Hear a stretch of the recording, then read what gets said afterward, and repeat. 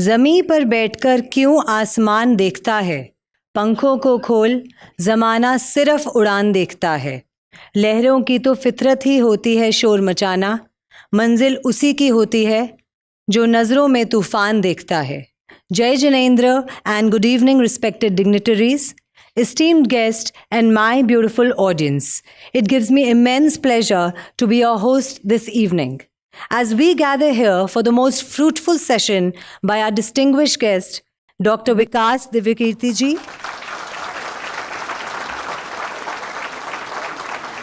आप सभी को नमस्कार। जय जिनेंद्र। मैं जैन समाज से नहीं हूँ तो मुझे बहुत पता नहीं है कि कैसे बोला जाता है उस समाज में। जब आपने शुरुआत की, मंत्र की, तो मैं खड़ा तो हो गया सबके साथ। मुझे एक दो पंक्तियों की बात समझ में आई कि जूते उतारने होते हैं, तो मैंने तुरंत उतार दिए जूते। लेकिन मैं मंत्र सुनता रहता हूँ, लेकिन क्योंकि जैन समाज में कोई रहा नहीं, इसलिए थोड़ी सी गुस्ताखी उस समय हुई। जैन धर्म मेरी रुचि का विषय है, और जब मैंने यूपीएससी का अपना लास्ट अटेम्प्ट दिया, तो क्योंकि फिलॉसफी मेरा विषय था यूपीएससी में, तो उसमें एक स्वाभाविक सा सवाल ये होता है कि आपको कौन सी फिलॉसफी सबसे ज़्यादा पसंद है। तो तैयारी करते हुए मैंने खूब सोचा कि मैं इस सवाल के जवाब में क्या जवाब दूंगा। वेस्टर्न फिलॉसफी में कई फिलोसफर्स मुझे प्रिय रहे। कांट एक बड़ा अच्छा फिलोसफर है, तो मैंने सोचा कि मैं उसका नाम बोल दूंगा हमेशा आराम से।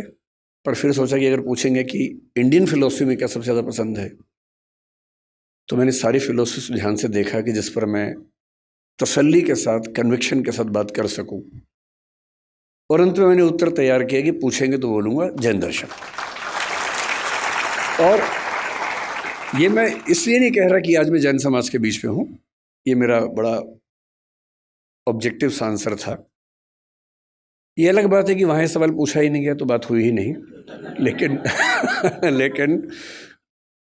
लेकिन मेरे पास उस तैयारी के दौरान कई सवालों के जवाब आए कि मैंने ये क्यों ऐसा सोचा, मैंने ऐसा क्यों कहने की कोशिश की। मैं उस पर आऊँगा थोड़ी देर में, लेकिन उससे पहले मैं धन्यवाद करना चाहूँगा जीतो समूह को, जीतो फैमिली को। और जैसा मुझे बार बार कहा जा रहा है कि पहली बार आपका हॉल भरा है, शायद आपको लग रहा है कि मेरी वजह से भरा। मुझे लगता है हॉल इतना अच्छा है कि इसके लालच में ही सब लोग आए होंगे, जो भी वजह रही हो। तो शुक्रिया कि आपने इतना सम्मान मुझे दिया, मुझे बुलाया। किस टॉपिक पर बात करनी है, इसमें दुविधा थी। मैं क्योंकि अध्यापक हूँ, मेरा रोज़गार ही बोलना है, बोलता ही हूँ, और अक्सर जो मैं क्लास लेता हूँ वो करीब 7 से 8 घंटे की होती है, उसमें कोई ब्रेक भी नहीं होता है। तो जब उन्होंने कहा कि सर 1 घंटा बोलना होगा, पानी वानी पी लीजिए, तो मैं उन्हें कहना चाह रहा था कि 1 घंटा तो हमारे ट्राई बॉल खेलने की तरह है।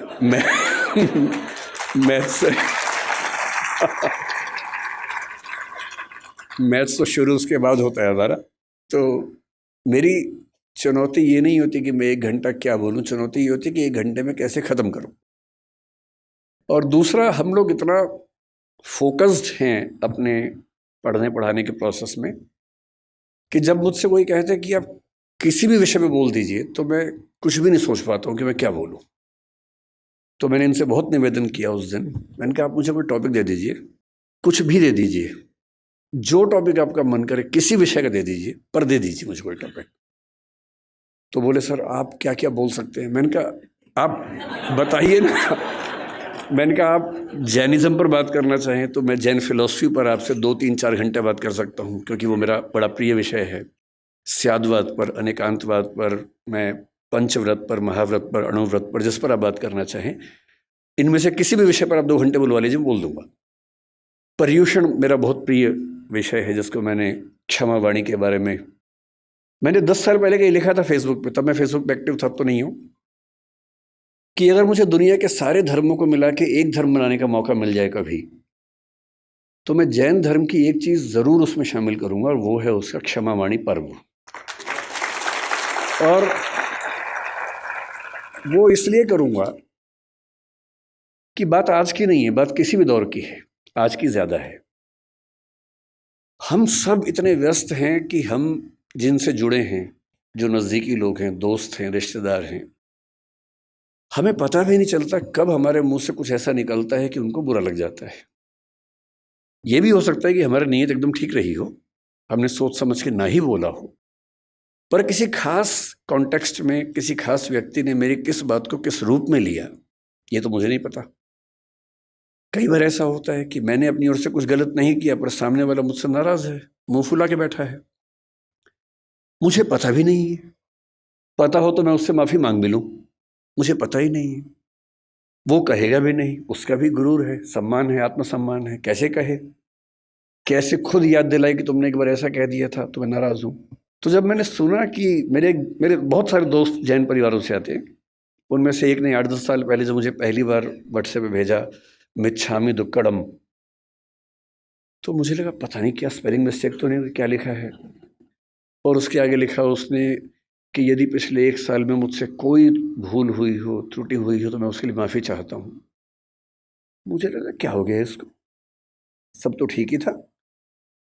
तो क्योंकि मेरा बड़ा अच्छा दोस्त है, मैंने कहा जाओ माफ़ किया। कोई बात नहीं। फिर मैंने उससे पूछा, मैंने कहा क्या मामला क्या है? तब उसने बताया, मैंने जैन फिलॉसफी पढ़ी हुई थी, पर ये संयोग से फिलॉसफी के हिस्से में नहीं था, पाठ्यक्रम में, किताबों में नहीं था। तो जब मैंने सुना कि साल में एक ऐसा दिन है जब आपको बिना किसी वजह के माफ़ी मांग लेनी है, कि शायद कोई गलती हुई हो, नहीं भी हुई तो हम एज्यूम कर लेते हैं कि गलती हुई होगी, और मुझे माफ़ कर दो भाई। मुझे लगा कि किसी समाज के रिश्तों को इंटैक्ट रखने के लिए, बनाए रखने के लिए, ये कितना सुंदर त्यौहार है। उस चीज़ की माफ़ी जो शायद मुझे याद भी नहीं। और अगर सब लोग इतने विनम्र हो जाएं, इतने हम्बल हो जाएं, तो झगड़ा किस बात का है फिर? और अगर यही स्थिति सारे धर्मों में हो जाए, सारे देशों में हो जाए, तो फिर क्यों झगड़ा है? अगर एक बार पाकिस्तान हमसे मिच्छामी दुक्कड़म कह दे तो दिक्कतें ही खत्म हो जाएंगी। फिर मैंने सोचा मिच्छामी दुक्कड़म कहाँ से आया? तो मैं, भाषा भी मेरा विषय रहता है, तो मैं समझ गया कि प्राकृत और पाली वाला मामला होगा। जब रिसर्च की तो पता लगा प्राकृत का है। तो संस्कृत के एक शब्द या वाक्यांश से यह बना मिथ्या में दुष्कृतम। मिथ्या का मतलब दर्शन में अलग अलग होता है। शंकराचार्य ने मिथ्या को अलग सेंस में लिया, जैन दर्शन अलग सेंस में लेता है। यहाँ मिथ्या का मतलब है नॉन कॉन्सिक्वेंशियल, जो निरर्थक हो जाए, बीज रहित हो जाए।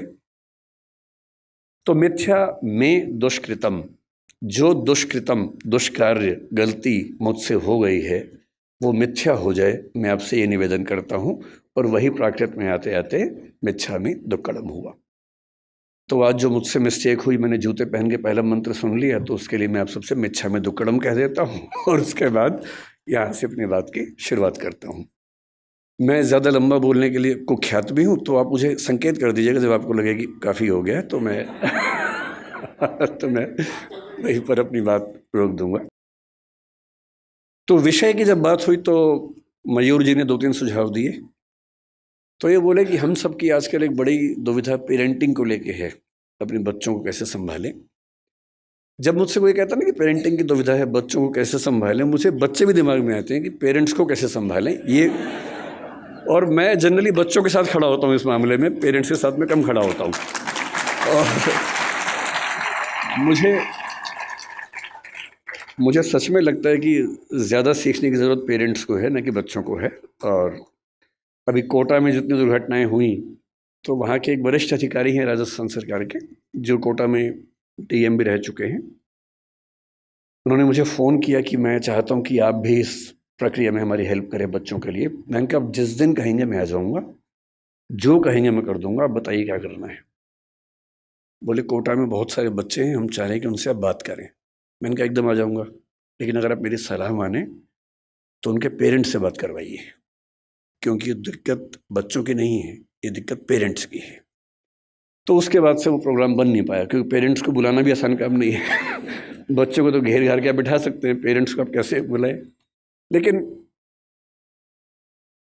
फिर पेरेंट्स की बात होते होते बात हुई कि थोड़ा सा बिजनेस इथिक्स से बात करेंगे, थोड़ा सा सुयश जी की विशेष इच्छा थी कि एम्पैथी पर बात करें जो आजकल समाज में कम हो रही है।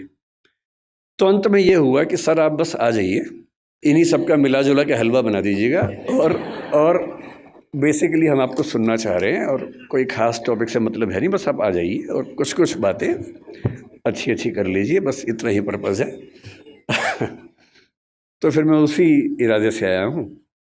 तो मैं शुरुआत पेरेंटिंग से कुछ बातों से करूँगा, उसी में एम्पैथी का जिक्र भी कर लेंगे, थोड़ा सा मौका मिला तो मयूर जी का फेवरेट विषय बिजनेस एथिक्स है, मौका मिलेगा तो उसको भी बीच में डिस्कस कर लेंगे। मैं क्योंकि अध्यापक हूँ और बच्चों से बात ज़्यादा करता हूँ, अक्सर मैं जब क्लास लेता हूँ तो बच्चों की संख्या अच्छी खासी होती है और ये बहुत चुनौती होती है कि उनको 3 घंटे 6 घंटे 8 घंटे बिठा के रखना। हमारी क्लासेस में बच्चों को ये छूट है कि वो जब चाहें उठ के जा सकते हैं। मेरी क्लास में विशेष रूप से और भी छूट है, वो सो भी सकते हैं क्लास में, मैं उनको कभी नहीं रोकता हूँ। इतना ही कहता हूँ कि नींद आए तो कोने वाली कुर्सी पर चले जाए ताकि दीवार पे सिर लगे तो ज़्यादा चोट ना आए, ऐसे सिर पे झटका आ सकता है। वो मेरी क्लास में खा भी सकते हैं। मैं खुल के बोलता हूँ कि मेरी क्लास में आपको बिल्कुल नहीं सोचना है, खाने का मन करे खाते रहो, नींद आए सो जाओ, उठने का मन करे उठ के चले जाओ, मुझे कहीं कोई दिक्कत नहीं है। अगर आप मेरी क्लास में उठ पा रहे हैं, खा पा रहे हैं, तो ये मेरा फेलियर है, आपका नहीं है कि मैं आपको रोक नहीं पा रहा हूँ। तो इसी बहाने मुझे फीडबैक भी मिलता रहता है कि मैं कैसा पढ़ा रहा हूँ। तो आप लोग अपना हरकतें करते रहिए और मैं अपना काम करता रहूँगा। तो बहुत ज़रूरी होता है कि उन बच्चों को बहुत शुष्क तरीके से ना बताया जाए, थोड़ा रोचक तरीके से बात की जाए। रोचक तरीके से बात करने का एक ही तरीका है कि आप उनको कहानियों के माध्यम से बताएं, एग्जाम्पल्स के माध्यम से बताएं, एनेक्डोट्स इनको हम कहते हैं, घटनाओं के माध्यम से बताएं। और जैसे ही हम घटनाएं सुनते हैं, कहानियां सुनते हैं अपने आसपास की, तो हमें किसी चीज़ का महत्व और कॉन्सेप्ट दोनों समझ में आते हैं। मैं जहाँ से ये बात करना शुरू करना चाहता हूँ वो ये है कि पेरेंटिंग के नज़रिए से हमारा समय दुनिया के इतिहास का सबसे मुश्किल समय है। पेरेंटिंग हमेशा मुश्किल रही है। मेरी राय में इस दुनिया का सबसे मुश्किल काम माँ होना है, बाकी सारे काम आसान हैं। माँ बन के अपने बच्चे को पालना इतना मुश्किल काम है। मतलब बाप लोग जाते हैं, बिजनेस करते हैं, पैसा कमाते हैं, सब कुछ करते हैं, बड़ी बात है, वो भी छोटी बात तो नहीं है। लेकिन उससे ज़्यादा मुश्किल है एक छोटे बच्चे के साथ 24 घंटे गुजारना, बिना क्रोधित हुए गुजारना, उसकी हर तरह की जिद, हर तरह की छटपटाहट, बेचैनी को झेलते हुए गुजारना, अपने जो करियर हो सकता था उसको दांव पे लगा के उसकी ज़िंदगी को संवारना। एक छोटा बच्चा एक स्टार्टअप जैसा होता है, क्योंकि जैन समुदाय है इसलिए मैं ऐसी भाषा ज़्यादा बोल रहा हूँ। एक स्टार्टअप जैसा है, आप उस पर 15, 17, 18 साल इन्वेस्ट करेंगे, बहुत सारी पूंजी खर्च करेंगे, समय खर्च करेंगे, तो जाके उसकी वैल्यूएशन बनती है। और नहीं तो जैसे स्टार्टअप्स फेल होते हैं, 1000 में से एक आधी पास होता है, बहुत सारे स्टार्टअप फेल होते हैं। तो ये परवरिश की दुनिया में भी होता ही है। जब मैंने कुछ घटनाओं की खोज की कि आजकल के चैलेंजेस क्या हैं, तो मैं घटनाएं पढ़ के बहुत घबरा सा गया। फिर मैंने कारणों की खोज की। मैंने देखा कि पिछले केवल 6 महीने की अगर मैं बात करूं या 2-3 साल की बात करूं, तो ये घटना कि किसी पेरेंट ने अपने बच्चे को मार ही दिया, किसी भी दौर की तुलना में ज्यादा हो रही है। फिलिसाइड एक शब्द होता है साइकोलॉजी में। फिलिसाइड का मतलब है अपने बच्चे को मार देना। फिलिसाइड जिस गति से हमारे समाज में इस समय है, उतना किसी दौर में नहीं था। आज के ही अखबार में एक खबर मैंने पढ़ी, परसों की खबर है। कर्नाटक का एक जिला है, उत्तरी कन्नड़ बोलते हैं उसको। एक माँ अपने बच्चे से इतनी परेशान हो गई, 6 साल का बच्चा था, ठीक से सुन नहीं सकता था, ठीक से बोल नहीं सकता था, कि अंत में उसने क्या किया, परसों एक नदी में जहां बहुत सारे मगरमच्छ थे, अपने बच्चे को फेंक दिया। और जब खबर मिली प्रशासन को, प्रशासन गए, तब तक बच्चे का मतलब जो डर था वो हो चुका था, उसकी मौत हो गई थी। तो मैं सोच रहा था कि इतनी क्या बेचैनी हो गई होगी, ऐसा क्या हो गया होगा। फिर मुझे ध्यान है कि आज से करीब 4 महीने पहले गोवा और बेंगलोर के बीच का एक केस बड़ा प्रसिद्ध हुआ था। एक महिला जो एक एआई स्टार्टअप की फाउंडर थी, सीईओ थी, उसने अपने 4 साल के बच्चे को मार दिया, ऐसा आरोप है और वो अभी जेल में है। हम सोचते हैं कि हमारे देश में ही हो रहा, नहीं, दुनिया भर में हो रहा है। न्यू जर्सी का एक केस पिछले 20 दिन से काफ़ी पॉपुलर हो गया है। 3 साल पहले एक फादर न्यू जर्सी अमेरिका में था, 6 साल का बेटा है, थोड़ा मोटा है। अच्छा, पेरेंट होना बड़ा मुश्किल काम है, क्योंकि आप बचपन में खुद प्रतिस्पर्धाओं में लगे रहते हैं और पेरेंट बन के एक नए किस्म का कंपटीशन हो जाता है। इसका बच्चा पढ़ने में मेरे बच्चे से ज़्यादा अच्छा कैसे हो गया, उसका बच्चा दिखने में मुझसे मेरे बच्चे से अच्छा कैसे हो गया। एक अजीब सी प्रतिस्पर्धा जिंदगी भर चलती रहती है।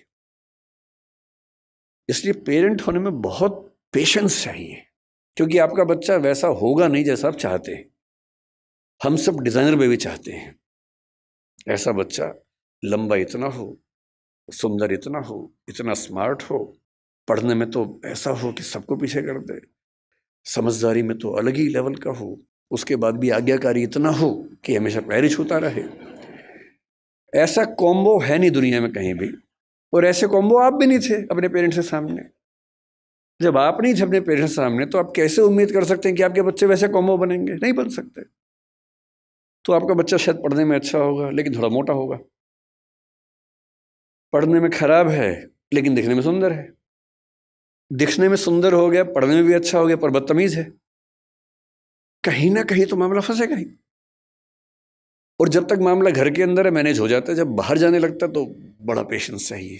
लोग मजाक बनाएंगे आपके बच्चे का, 10 लोग आपके सामने चिढ़ा के बोलेंगे तुम्हारा बच्चा जो है ना देखने में भद्दा लगता है, आपका खून जल जाता है उस समय, अहिंसा का विचार हट जाता है उस समय। मन करता है कि अभी तो हिंसा हो ही जाए, बाद में अहिंसा देख लेंगे, ऐसा मन में आता है। स्वाभाविक सी बात है, सबके मन में आता है। तो उस आदमी के साथ जो हुआ न्यू जर्सी में, उसका बच्चा थोड़ा सा मोटा था। बहुत लोगों के बच्चे मोटे होते हैं, अमीर समाजों में ज़्यादा है, अमेरिका में ओबेसिटी ज़्यादा है, यूरोप में ज़्यादा है। मेरा ख्याल है कि भारतीय समाज में जैन परिवारों में दिक्कत थोड़ी ज़्यादा होगी, क्योंकि जैन समाज भारत का सबसे अमीर समाज है, तो ये खतरा ज़्यादा है। सीधी सी बात है, खतरा ज़्यादा है, क्योंकि जहाँ एफ्लुएंस ज़्यादा है, पैसा ज़्यादा है, सुविधाएं ज़्यादा हैं, वहाँ ये खतरा ज़्यादा है। सिंपल सी बात है। तो वो पेरेंट ऐसा था, बाप, एक दिन उसको शायद किसी ने कह दिया होगा तुम्हारा बेटा बहुत मोटा है, उसे गुस्सा आ गया। 6 साल का बेटा, उसने बेटे को पकड़ा कि चलो जिम चलो मेरे साथ। बेटे ने कहा पापा क्यों ले जा रहे हो, लेकिन उस समय उसको बचाने वाली माँ घर में नहीं थी, तो बाप घसीटता वो ले गया जिम उसको, और ट्रेडमिल चलाया कि चलो दौड़ो इस पे। ट्रेडमिल तेज कर दिया, बच्चा पूरी ताकत से दौड़ रहा है लेकिन नहीं दौड़ पा रहा, धम से गिरा नीचे।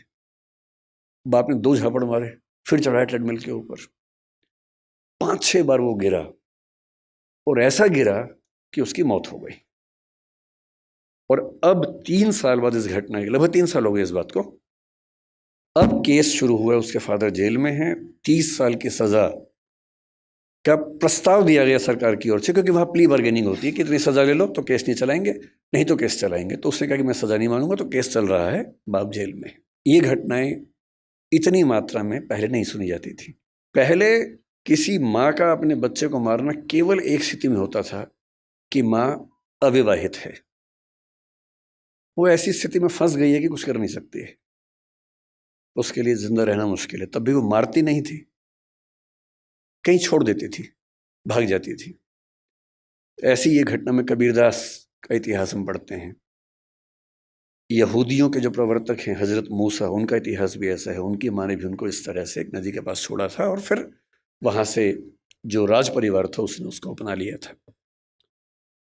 ये घटनाएं बढ़ रही हैं, इसका मतलब पेरेंट्स का जो पेशेंस का लेवल है वो दुनिया के इतिहास का सबसे कम इस समय हो चुका है। एक तरफा नहीं है, ये बच्चों की साइड से भी है। अगर आप बच्चों का मनोविज्ञान देखेंगे तो वो भी बहुत अच्छे सिम्टम्स नहीं आ रहे हैं इस समय। अभी 2-3 महीने पहले बेंगलोर में घटना घटी है। 14 साल का एक बच्चा, 15 साल का उसका भाई, 2 भाई हैं, 14 साल के बच्चे ने अपने माँ बाप दोनों की हत्या कर दी। एक बहुत बड़ा बोल्डर उनके ऊपर फेंका, बाप के ऊपर। पिता को मारना चाह रहा था, माँ दुर्भाग्य से क्योंकि साथ में थी उसकी मौत हो गई। और फिर पूछा गया कि ऐसा क्यों किया भाई तुमने?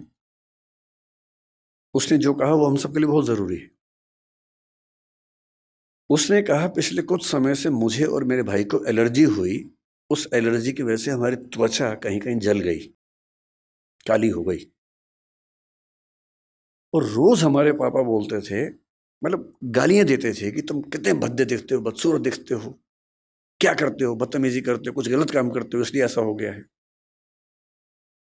और उसने पुलिस को बताया कि एक तो मैं खुद परेशान कि मेरे साथ ये क्या हो रहा है, और जब मैं घर आता था इस उम्मीद में कि घर पे कम से कम घर पे तो लोग मुझे समझेंगे, वहां तो प्रेम मिलेगा, वहां तो अनकंडीशनल तरीके से मुझसे बात होगी। वहां भी गालियां पड़ती थी, रोज गालियां सुनता था। और एक दिन जब गालियां बहुत ज्यादा हो गई, नहीं झेल पाया, तो मैंने कदम उठाया और मुझे इस बात का कोई अफसोस नहीं। ऐसी घटना है। 14 साल का बच्चा है सिर्फ। आप इंटरनेट पे केवल एक चीज सर्च करके देखिए कि ऐसी माताएं या पिता बूढ़े जिनको बच्चों ने घर से बाहर निकाल दिया हो। मैंने यूं ही परसों नेट पर सर्च किया, old age parents who have been thrown out by their children from the home. मुझे लगा एक आध घटना सामने आएगी, कुछ पता पढ़ूंगा उसके बारे में। इंटरनेट के कई पेजेस भर गए, घटनाएं खत्म नहीं हो रही थी।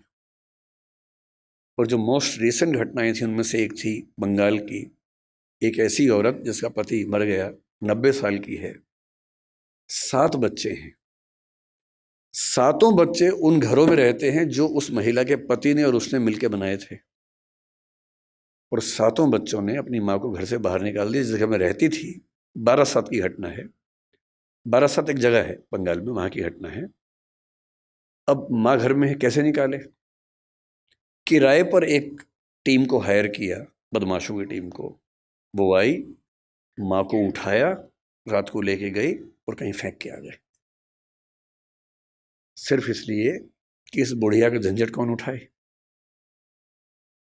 जब ऐसी घटनाएं, आप भी पढ़ते ही होंगे अखबारों में, मैं भी पढ़ता हूं। और जब जब ऐसी घटनाएं हमारे सामने आती हैं तो हमें बहुत केयरफुल हो जाना चाहिए कि कुछ ऐसा हो रहा है जो ठीक नहीं है। और ये मामला ये कह के टाल देना कि बच्चे आजकल ठीक नहीं हैं, ये पेरेंट्स का सबसे आसान सेफ मैसेज है कि आजकल के बच्चे ठीक नहीं हैं। हमें समझना चाहिए कि ये मामला बच्चों से ज़्यादा पेरेंट्स के लिए महत्वपूर्ण है कि उनसे कहीं कोई ऐसी गलती तो नहीं हो रही कि ऐसी घटनाएं हमारे समाज में ज़्यादा हो रही हैं। तो मैं भी एक पेरेंट हूँ। पेरेंटिंग पर बोलने का बहुत हक मुझे नहीं है, क्योंकि मैं ऐसा कोई 30 मार का पेरेंट नहीं हूँ। मेरा बच्चा भी बड़ा साधारण सा है, सामान्य सा बच्चा है। पर मुझे एक बात का सुकून है, मैं उसकी साधारणता को बहुत एंजॉय करता हूँ, मुझे बड़ी खुशी होती है। और जो सबसे अच्छा बाप मुझे लगा पिछले 10-20 साल में इस समाज में, सबसे अच्छा बाप, वो मध्य प्रदेश के सागर में रहता है, एक कॉन्ट्रैक्टर है। 2018 में एक खबर पड़ी, मैं पढ़ के दिन भर खुश रहा उस खबर को पढ़ने के बाद। उसका बच्चा 10वीं क्लास में फेल हो गया। अब हम सबके बच्चे फेल होते हैं कहीं ना कहीं। हाँ, पूरी क्लास में फेल नहीं होता, एक आध सब्जेक्ट में फेल हुआ, कहीं नंबर कम आ गए, सब होता ही है हमारे साथ, कौन सी खास बात इसमें है। पर हम सब छिपाने में लग जाते हैं। हम सब बच्चों पर दबाव बना बना के उनको कोटा भेजते हैं, और फिर हम खबरें पढ़ते हैं कि एक साल में 25-30 बच्चों ने सुसाइड कर लिया, क्योंकि वो दबाव झेल नहीं पाए सफलता का। उस बाप को बड़ी चिंता हो गई कि मेरा बच्चा फेल हुआ है, उसके आसपास के बच्चे चिढ़ाएंगे, उन बच्चों के पेरेंट्स चिढ़ाएंगे, बुलिंग होगी, इस बच्चे पर दबाव ना हो जाए। उसने क्या किया, उसी दिन शाम के समय एक बहुत बड़ी पार्टी दी, सबको बुलाया, एक पार्टी है, बताया नहीं क्यों बुलाया, बच्चे को उसमें बुलाया और सबके सामने बोला, ये पार्टी इसलिए है कि मेरे बच्चे ने मेहनत की थी, फेल हो गया कोई बात नहीं, मैं एकदम इसके साथ हूँ, और ये बच्चा मोटिवेशन के साथ अगले साल आपको पास होकर दिखा देगा, डरने की बात नहीं। और मैं दंग रह गया कि कोई बाप इतना सुंदर कैसे हो सकता है, इतना खूबसूरत बाप, कि मेरा बच्चा फेल हो गया। मैं तो इसको भी सेलिब्रेट करूंगा, भाई मेरे बच्चे ने मेहनत की थी, नहीं रिजल्ट आया तो क्या हो गया। मैं क्यों एक्स्ट्रा वजह बनूं कि उस बच्चे के डिप्रेशन में जाने की, एंग्जाइटी में जाने की। और वो खबर पढ़ के मुझे लगा कि ये तो एक फिल्म बनाने लायक खबर है। आजकल मैं खबरें पढ़ता हूँ तो मुझे वो भी दिमाग में आने लग गया कि फिल्म किस पे क्योंकि पिछले कुछ साल मेरा वैसा एक्सपीरियंस भी रहा इस फिल्म के स्क्रिप्ट लिखने के दौरान। ट्रेनिंग ऐसी हुई कि अब हम खबर पढ़ते सोचते कि फिल्म में कैसे सेट होगा, कैसे फिल्म में ला सकते हैं इस बात को। अच्छी खबरें भी है, लेकिन बुरी खबरों का अनुपात थोड़ा सा बढ़ा है। और तब मैं सोचने पर मजबूर होता हूँ कि क्या ऐसी वजह है। ये तो बहुत आसान बात है कि मैं कहूँ कि जो बात हमारे ज़माने में थी वो आज के ज़माने में नहीं है। अरे हमारे ज़माने के बच्चे जैसे होते थे आज के ज़माने के नहीं होते। ये तो बात हर बूढ़ा आदमी बोलता अपने बच्चों को। आपके पेरेंट्स आपको बोलते थे, आप अपने बच्चों को बोलते होंगे, तो सामान्य बात है। लेकिन हमारी नई पीढ़ी सचमुच एक ऐसे दौर में है जो मानवता के इतिहास में आज तक नहीं आया है, और इसको हम जितना जल्दी समझ लेंगे उतना अच्छा रहेगा। हम जब बच्चे थे, हम स्कूल जाते थे, स्कूल में कुछ गड़बड़ हो भी गई तो स्कूल में बात खत्म हो जाती थी। बहुत हुआ तो पेरेंट्स के पास चिट्ठी आती थी, फिर घर में पिटाई होती थी, उतना ही मामला था। थोड़ा स्कूल में पिटे, थोड़ा घर में पिटे, मामला खत्म, बात खत्म हो गई।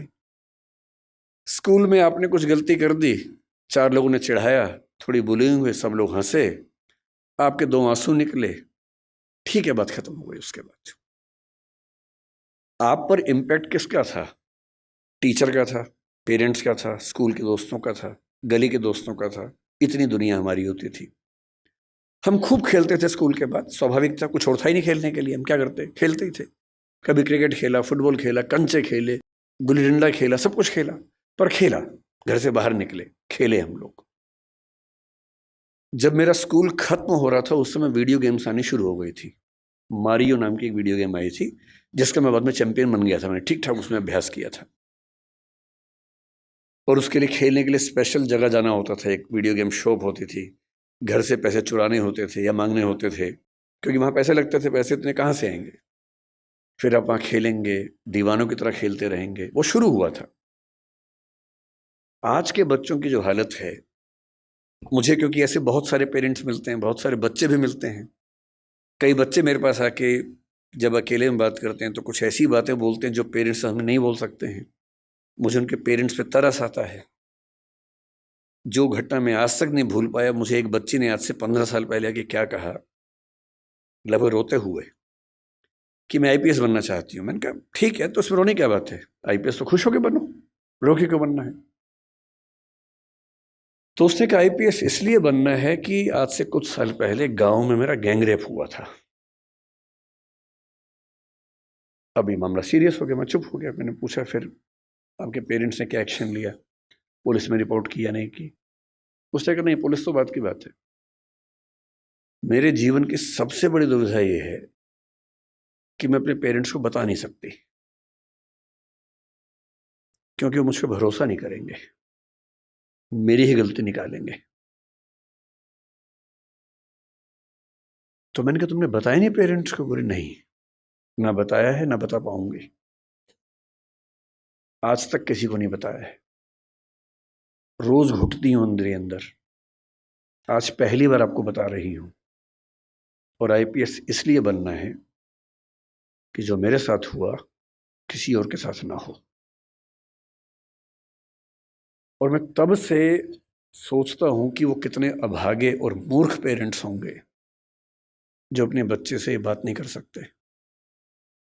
आपका बच्चा गैंगरेप का शिकार हो गया और उसमें इतनी हिम्मत है कि उस चीज को झेल गया, आपको नहीं बता पा रहा, क्योंकि उसको आप पर इतना भी भरोसा नहीं है कि आप उसकी बात सुन पाएंगे। जितने रेप हमारे समाज में होते हैं उनमें से 95% घर के अंदर होते हैं। घर के मेंबर्स या दूर के रिश्तेदार या आस पड़ोस के लोग करते हैं। और उनमें से शायद 10% से ऊपर की खबर किसी को लगती नहीं है। क्यों नहीं लगती है? क्योंकि जब जब कोई बच्ची अपने पेरेंट्स को बोलती है कि ऐसा हुआ है, पेरेंट्स कहते कि नहीं, तूने गलती की होगी, या छुपा दे, दबा दे बात को, चुप रहे, दूर रहा कर उनसे। हिम्मत नहीं करते कि हिसाब बराबर करें, अपनी बेटी का हक मांगे उस आदमी से, इतनी हिम्मत नहीं करते हैं। ऐसे बुज़दिल समाज में क्या होगा? डिप्रेशन नहीं होगा, एंजाइटी नहीं होगी तो क्या होगा? और उस लड़की की बात सुन के मैं हिल गया था। यह अलग बात है कि उस लड़की ने बहुत मेहनत की, बाद में आईपीएस बन भी गई। उसके बाद वो क्या कितना कर पाई मुझे नहीं पता, पर मेरा ख्याल है कि जिस जिस ज़िले में वो रहती होगी, कम से कम उस ज़िले की लड़कियां और बेटियां महफूज रहती होंगी। लेकिन वो तो एक अलग बात है, उसने क्या किया अलग बात है। एज पेरेंट्स हम क्या कर रहे हैं ये अलग बात है।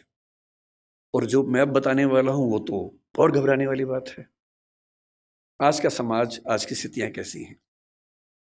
हमारे बच्चों की सबसे बड़ी उपलब्धि भी, सबसे बड़ी चिंता भी ये है कि वो इंटरनेट के दौर के पैदाइशी बच्चे हैं। हमारी जनरेशन वो है जिसने सारे चेंजेस को देखा। हम लोग दुनिया के सबसे रोचक जनरेशन के लोग हैं, जो मेरे जैसी उम्र के लोग हैं, 40-50। मैं 50 का हूँ, आप तो 40-30 के लग रहे हैं देखने में। तो मतलब जो 40-50-55 की उम्र के लोग हैं, इतनी इंटरेस्टिंग जनरेशन इस दुनिया के इतिहास में कोई नहीं है जितनी हमारी है। हम जब पैदा हुए तो टेलीविज़न आने वाला था। टेलीविज़न हमारे दौर में 1975 में पैदा हुआ भारत में। टेलीविज़न से लेकर फिर कलर टीवी, फिर वीसीआर, वीसीपी, वहाँ से होते होते फ़ोन जिसमें घुमा घुमा के फ़ोन करना पड़ता था। फिर थोड़े अच्छे फ़ोन होने लगे, वायरलेस होने लगे। मोबाइल फ़ोन पहली बार जिसमें इनकमिंग आउटगोइंग 16 रुपये पर मिनट हुआ करती थी। वो ऐसे फ़ोन बटन वाले जिनसे आप कील भी ठोक सकते हैं, ऐसे फ़ोन हुआ करते थे। कितने साल के बाद पहली बार स्मार्टफोन आने शुरू हुए, फिर पता लगा कि फेसबुक भी कुछ होता है, फिर पता लगा व्हाट्सएप भी कुछ होता है, फिर पता लगा कि रोबोटिक्स भी होने लग गया है, फिर पता लगा आर्टिफिशियल इंटेलिजेंस भी होने लगी है। और आज हम उस बिंदु पर आ चुके हैं, मुश्किल से 2 साल की बात है, मशीनें अंतिम रूप से इंसान को हराने वाली हैं, हर मामले में हराने वाली हैं। जो खुशफहमी हम सबको हैं वो सब खत्म होने वाली हैं बहुत जल्दी, मैक्सिमम 2 साल का समय है। अभी एआई आ गई है। जिस दिन एजीआई ठीक से आ गई, एजीआई का मतलब है आर्टिफिशियल जनरल इंटेलिजेंस, और एआई की दुनिया के सबसे बड़े धुरंधर सैम ऑल्टमैन ने कल ही एक इंटरव्यू दिया, कल या परसों में, और कहा है कि चैट जीपीटी 4, जिसको आप बहुत बड़ा समझ रहे हैं कि कमाल हो गया है, वो अगले 2 साल बाद हास्यास्पद मानी जाएगी। वो प्रिमिटिव किस्म की टेक्नोलॉजी है, इतनी हास्यास्पद मानी जाएगी कि इतना भद्दा काम भी क्या हमने किया था कभी। और आज हम चैट जीपीटी को देख के दंग रह जाते हैं। कुछ भी करना हो, फोटो बनानी हो, वीडियो बनाना हो, रिसर्च करनी हो, कुछ भी करना हो, आप चैट जीपीटी को ठीक से प्रॉम्प्ट दीजिए। मतलब मैंने कई बार ऐसा करके देखा, एक विषय पर रिसर्च करनी है, पहले मुझे दिन भर लगता था 24 घंटे रिसर्च करने में, अब 24 सेकंड लगते हैं, वो सब कुछ करके देता है। और आज से 2 साल बाद ये प्रिमिटिव होने वाला है, आदिम होने वाला है, उसके बाद तो पता नहीं क्या होगा। इस दौर में जो बच्चे पैदा हुए, जिनको जेन जी और पता नहीं क्या क्या आजकल हम बोलते हैं, जनरेशन जी है, जनरेशन वाई है, हर 5-7 साल में चेंज हो रही जनरेशन आजकल। ये किस दौर के बच्चे हैं? ये पैदा होते हैं, जैसी माँ थोड़ी परेशान है, बाप परेशान है, खट से उसको मोबाइल फ़ोन दे दिया, या टेलीविज़न पे लगा दिया कोई अच्छा सा टीवी चैनल जिसपे वो सब आ रहा है, राइम्स आ रही हैं, अच्छी अच्छी वीडियो के साथ आ रही है, कार्टून फिल्म आ रही है। और बच्चे को पता लग गया कि एक मेरा बाप है, एक मेरी माँ है, और एक इन दोनों से ज़्यादा इंटरेस्टिंग एक और है, ये बड़ा सा, इस पर हमेशा बढ़िया चीज़ें आती हैं, ये तो कभी कभी गुस्सा करते हैं, ये वाला ज़्यादा अच्छा है। तो टीवी पे ज़्यादा उसको मज़ा आने लगता है। अब रात को सो रहे हैं, वहाँ तो टीवी भी नहीं है, तो फिर फ़ोन दे दिया, फिर बच्चा फ़ोन में। कई बच्चे आजकल ऐसे हैं जो किताब जब पहली बार देखते हैं, किताब पे ऐसे ऐसे करते हैं, क्योंकि वो जिस दौर के बच्चे हैं उनको अखबार पे, किताब पे, इतना ही नहीं, दीवार पे ऐसे करने लग जाते हैं, टेबल पे ऐसे करते हैं कि बड़ी क्यों नहीं हो रही टेबल, क्योंकि वो क्या कर रहे हैं, उसी दौर के बच्चे हैं। ये तो मज़े की बात है कि अच्छा फ़ोन है, माँ की चिंता कम, बाप की चिंता कम हो गई, फ़ोन दिया, हम मस्त हो गए। लेकिन साथ में और क्या क्या आता है? इन बच्चों का खेलने का मन नहीं करता, क्योंकि इनके पास खेल से ज़्यादा रोचक चीज़ें हैं। मुझे अच्छे से याद है कि हमने पहली बार 5वीं 6वीं क्लास में जाके ऊट पटांग चीज़ें पढ़नी देखनी शुरू की थी स्कूल में। पहले क्या है, पेरेंट्स हैं घर में, पेरेंट्स के होते हुए हिम्मत नहीं हो सकती, ना दिमाग में कुछ आता था। स्कूल गए, हर स्कूल में क्या होता है, एक आध बच्चा होता है जो नेता होता है क्लास का, जो कहीं कहीं से ज्ञान लेके आता है और सारे बच्चों में डिस्ट्रीब्यूट करता है कि भैया तुम तो बच्चे हो, तुम्हें नहीं पता दुनिया कैसे चल रही है, ये है असली चीज़ें। तो मुझे याद आता है कि शायद 6वीं 7वीं क्लास में पहली बार हमारी क्लास का एक छठा हुआ बच्चा था, कुछ किताब लाया था, कुछ फोटो वोटो थी उसमें ऊट पटांग सी, हम सब ने देखी, हम समझ भी नहीं पाए कि ये सब क्या है, पर ये हमें पता लगा कि इसको देखने से आदमी बड़ा माना जाता है, स्मार्ट माना जाता है। लेकिन तब भी क्या था कि एक रिसेस में एक कोने में जाके 2-3 लोग बैठ के देख रहे हैं और जैसे टीचर दूसरी जगह से भागे वापस, और इतना ही एक्सपोजर हमारा हुआ करता था। 12वीं क्लास हो गई, कॉलेज में आ गए, उसके बाद भी वैसा एक्सपोजर नहीं था कि आप बिगड़ने के लिए हमेशा तैयार हैं, ऐसा नहीं है। दुनिया बहुत कंट्रोल्ड किस्म की थी, रेगुलेटेड किस्म की थी। अब इंटरनेट की दुनिया है, आप जितने भी स्मार्ट माता पिता हों, आपके बच्चे आपसे ज़्यादा स्मार्ट हैं। और अगर आपको लगता है कि आप इंटरनेट और मोबाइल और डिवाइसेस में उनका मुकाबला कर पाएंगे, तो आप बच्चे हैं, नहीं कर सकते, वो हमारे बस की बात नहीं है, संभव नहीं है। आप टाइप करते हैं मैसेज, एक एक उंगली ऐसे करते हैं, ऐसे करके आपको जैन टाइप करना है, जे, फिर देखा ए कहाँ, AIN, और वो फ़ोन पे ऐसे टाइप करते हैं सामने देखते हुए, और गलत नहीं होता है, एक एक की सही दबाते हैं। आप उनसे मुकाबला करने का सोचते हैं, आपको प्लेटफॉर्म्स पता भी नहीं होंगे, वो उन प्लेटफॉर्म पे जाते हैं। 5 साल का बच्चा जब स्कूल जाने लगता है, उसी समय उसको पता लग जाता है कि क्या चीज़ें दुनिया में है, जो पहले पता लगती थी 15 के आसपास की उम्र में, 13 के आसपास की उम्र में। फ़ोन आपने उसको दे ही रखा है ताकि हमें परेशान कम करे। फिर वो फ़ोन में पहली बार सर्च करता है कुछ, अभी उसको ये नहीं पता कि सर्च हिस्ट्री डिलीट कर सकते हैं, तो बाप पकड़ लेता है, पिटता है बच्चा। फिर उसका स्कूल का फ्रेंड बताता है कि नहीं, इनकॉग्निटो जाना है। अगली बार से बच्चा स्मार्ट हो गया है, 6 साल का बच्चा स्मार्ट है, इनकॉग्निटो में वो सब देख रहा है जो आप नहीं चाह रहे थे, और जो आप देख रहे थे लेकिन आप नहीं चाह रहे थे कि वो देखे। बच्चा है, छोटा बच्चा है, उसका एक्सपोजर का लेवल सोच के देखिए। ये हंसी मजाक में मैं कह रहा हूं, लेकिन बात की गंभीरता को देखना है। 6, 7, 8 साल के बच्चों का वो एक्सपोजर लेवल है जो पहले 14, 15, 16 की उम्र में होता था। मेडिकल साइंस इस बात को मान चुकी है। मैं जितनी बातें कोट कर रहा हूं, मैं हवा में कोट नहीं कर रहा हूं, मेडिकल साइंस की रिसर्चेस के बेस पे कोट कर रहा हूं।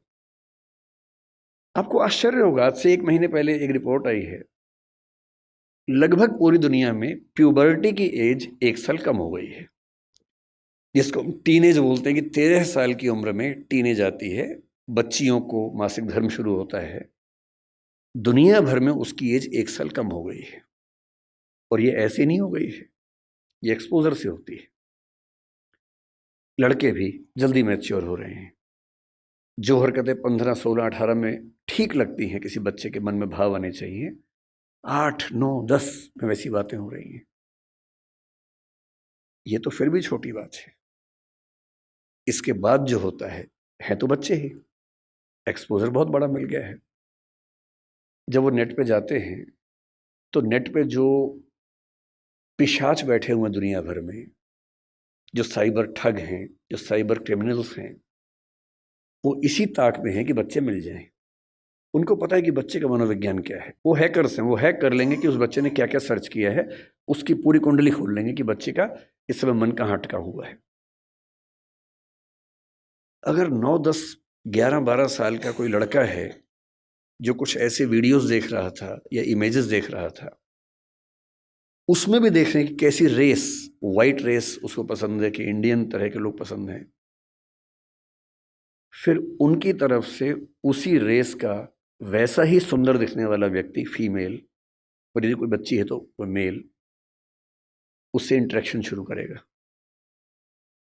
उससे बातचीत होने लगेगी। धीरे धीरे उसको वो उलझाएगा अपनी बातों में। वो बच्चा तो माँ बाप से छुप के कर रहा है सब, माँ बाप को पता ही नहीं है। और फिर वो उस बच्चे को प्रलोभन बहुत बड़े बड़े मिलेंगे। आपको ये सब नहीं पता है तो पता होना चाहिए, बहुत बड़े रैकेट चल रहे हैं इस समय दुनिया में। 11-12 साल का एक लड़का अपने कमरे में लैपटॉप पे वीडियो चैट कर रहा है, शायद एक ऑस्ट्रेलियन लड़की से जिसकी उम्र 21-22-25 साल है, और वो उससे मीठी मीठी बातें कर रही है। और फिर वो उससे कह रही है कि देखो, तुम इतने सुंदर हो, मैं तुम्हें देखना चाहती हूँ, तुम भी मुझे देखो। फिर वो अपने थोड़े से कपड़े उतारती है, उसको कहती है कि तुम भी ऐसा, वो तो प्रोफेशनल है, तुम भी ऐसा करो। और वो बच्चा जिसको कुछ नहीं पता कि ये दुनिया कैसी है, वो कुछ कर बैठता है, और ये पूरा वीडियो रिकॉर्ड हो रहा है। और जैसी ऐसी चीज होती है, उसके बाद खट से मैसेज आता है कि अगर 2 घंटे में इस अकाउंट में $500 जमा नहीं किए तो ये वीडियो क्लिप तुम्हारे पापा मम्मी, तुम्हारा इंस्टा अकाउंट मेरे पास है, इंस्टा अकाउंट में जितने तुम्हारे फ्रेंड्स हैं उन सबके पास चला जाएगा, सबके ईमेल आईडी मेरे पास है। इसको बोलते हैं सेक्सटॉर्शन। और ये इस समय टीनेजर्स की दुनिया की सबसे बड़ी क्राइसिस है। बड़ी बात नहीं है कि हम में से किसी का बच्चा झेल चुका हो, बड़ी बात तब होगी जब उसने आपको बताया हो। और अगर आपको नहीं बताया है और आप इस खुशफहमी में कि ऐसा हमारे बच्चे को हो ही नहीं सकता, तो फिर कह रहा हूं कि हम इस बात से अनजान हैं कि हम किस स्थिति में हैं। अपने बच्चों से बात करना शुरू कर दीजिए। पहली बात तो ऐसा ना हो, और हो जाए तो आपसे बात कर ले। कई बच्चे झेल नहीं पाते, पैसा होता नहीं है, पैसा होता तो देते हैं। और $500 का मामला नहीं है, वो पहली बार का मामला है, उसके बाद फिर उतना मामला है, अगली बार फिर उतना मामला है। और ये ध्यान रखना है कि किसी बच्चे के साथ ये करने के लिए वीडियो रिकॉर्डिंग की जरूरत भी नहीं है। हम एआई के जमाने में हैं, डीप फेक से कुछ भी हो सकता है।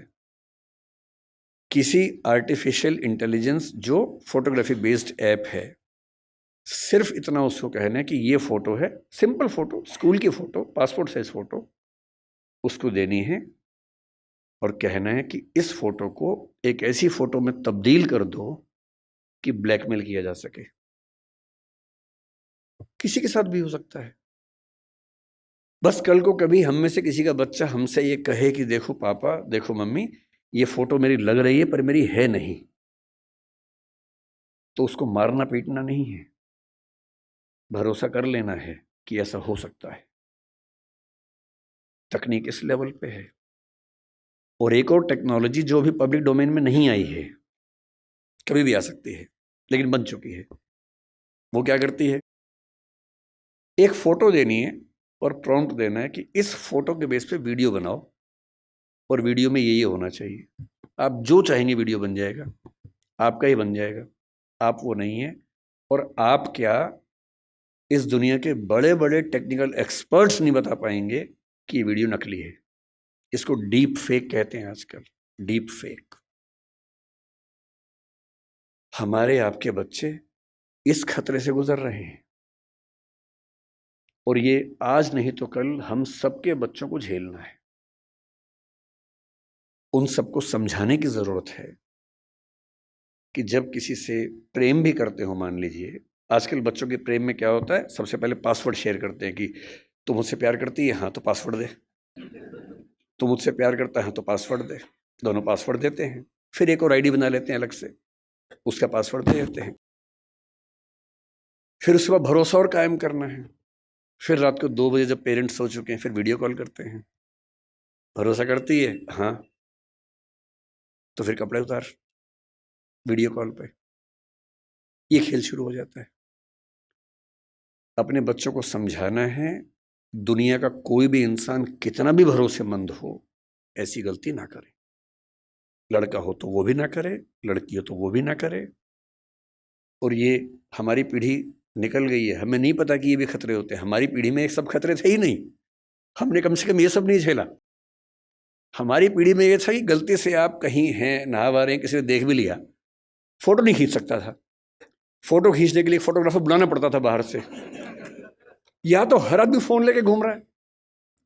और फोटो अगर खिंच गई, अगर आपको भी ऐसी मासूमियत आपके अंदर है कि मैंने फोटो खींच ली, मेरा फोन तो एयरप्लेन मोड पे है, मेरे फोन में ही है, बाहर तो गया ही नहीं, इसको बोलते हैं मासूमियत। अगर आपने फोन में फोटो खींच ली है और डिलीट कर दिया उसको, अगर आपको लगता है डिलीट हो गई, तो ये मासूमियत है। कोई सिंपल सा टेक्निकल एक्सपर्ट जो बहुत ज़्यादा पढ़ा लिखा भी नहीं है, 2 मिनट में फोटो बाहर निकाल लेगा, कितनी भी डिलीट करते रहिए अपने फ़ोन से। और एक बार इंटरनेट पर चली गई तो दुनिया की कोई ताकत उसको परपेचुअल मेमोरी से डिलीट नहीं कर सकती। और दुनिया के इतिहास में जब तक दुनिया रहेगी, वो फोटो रहेगी, वो वीडियो रहेगा, कोई नहीं छिप पाएगा, कोई बच नहीं पाएगा।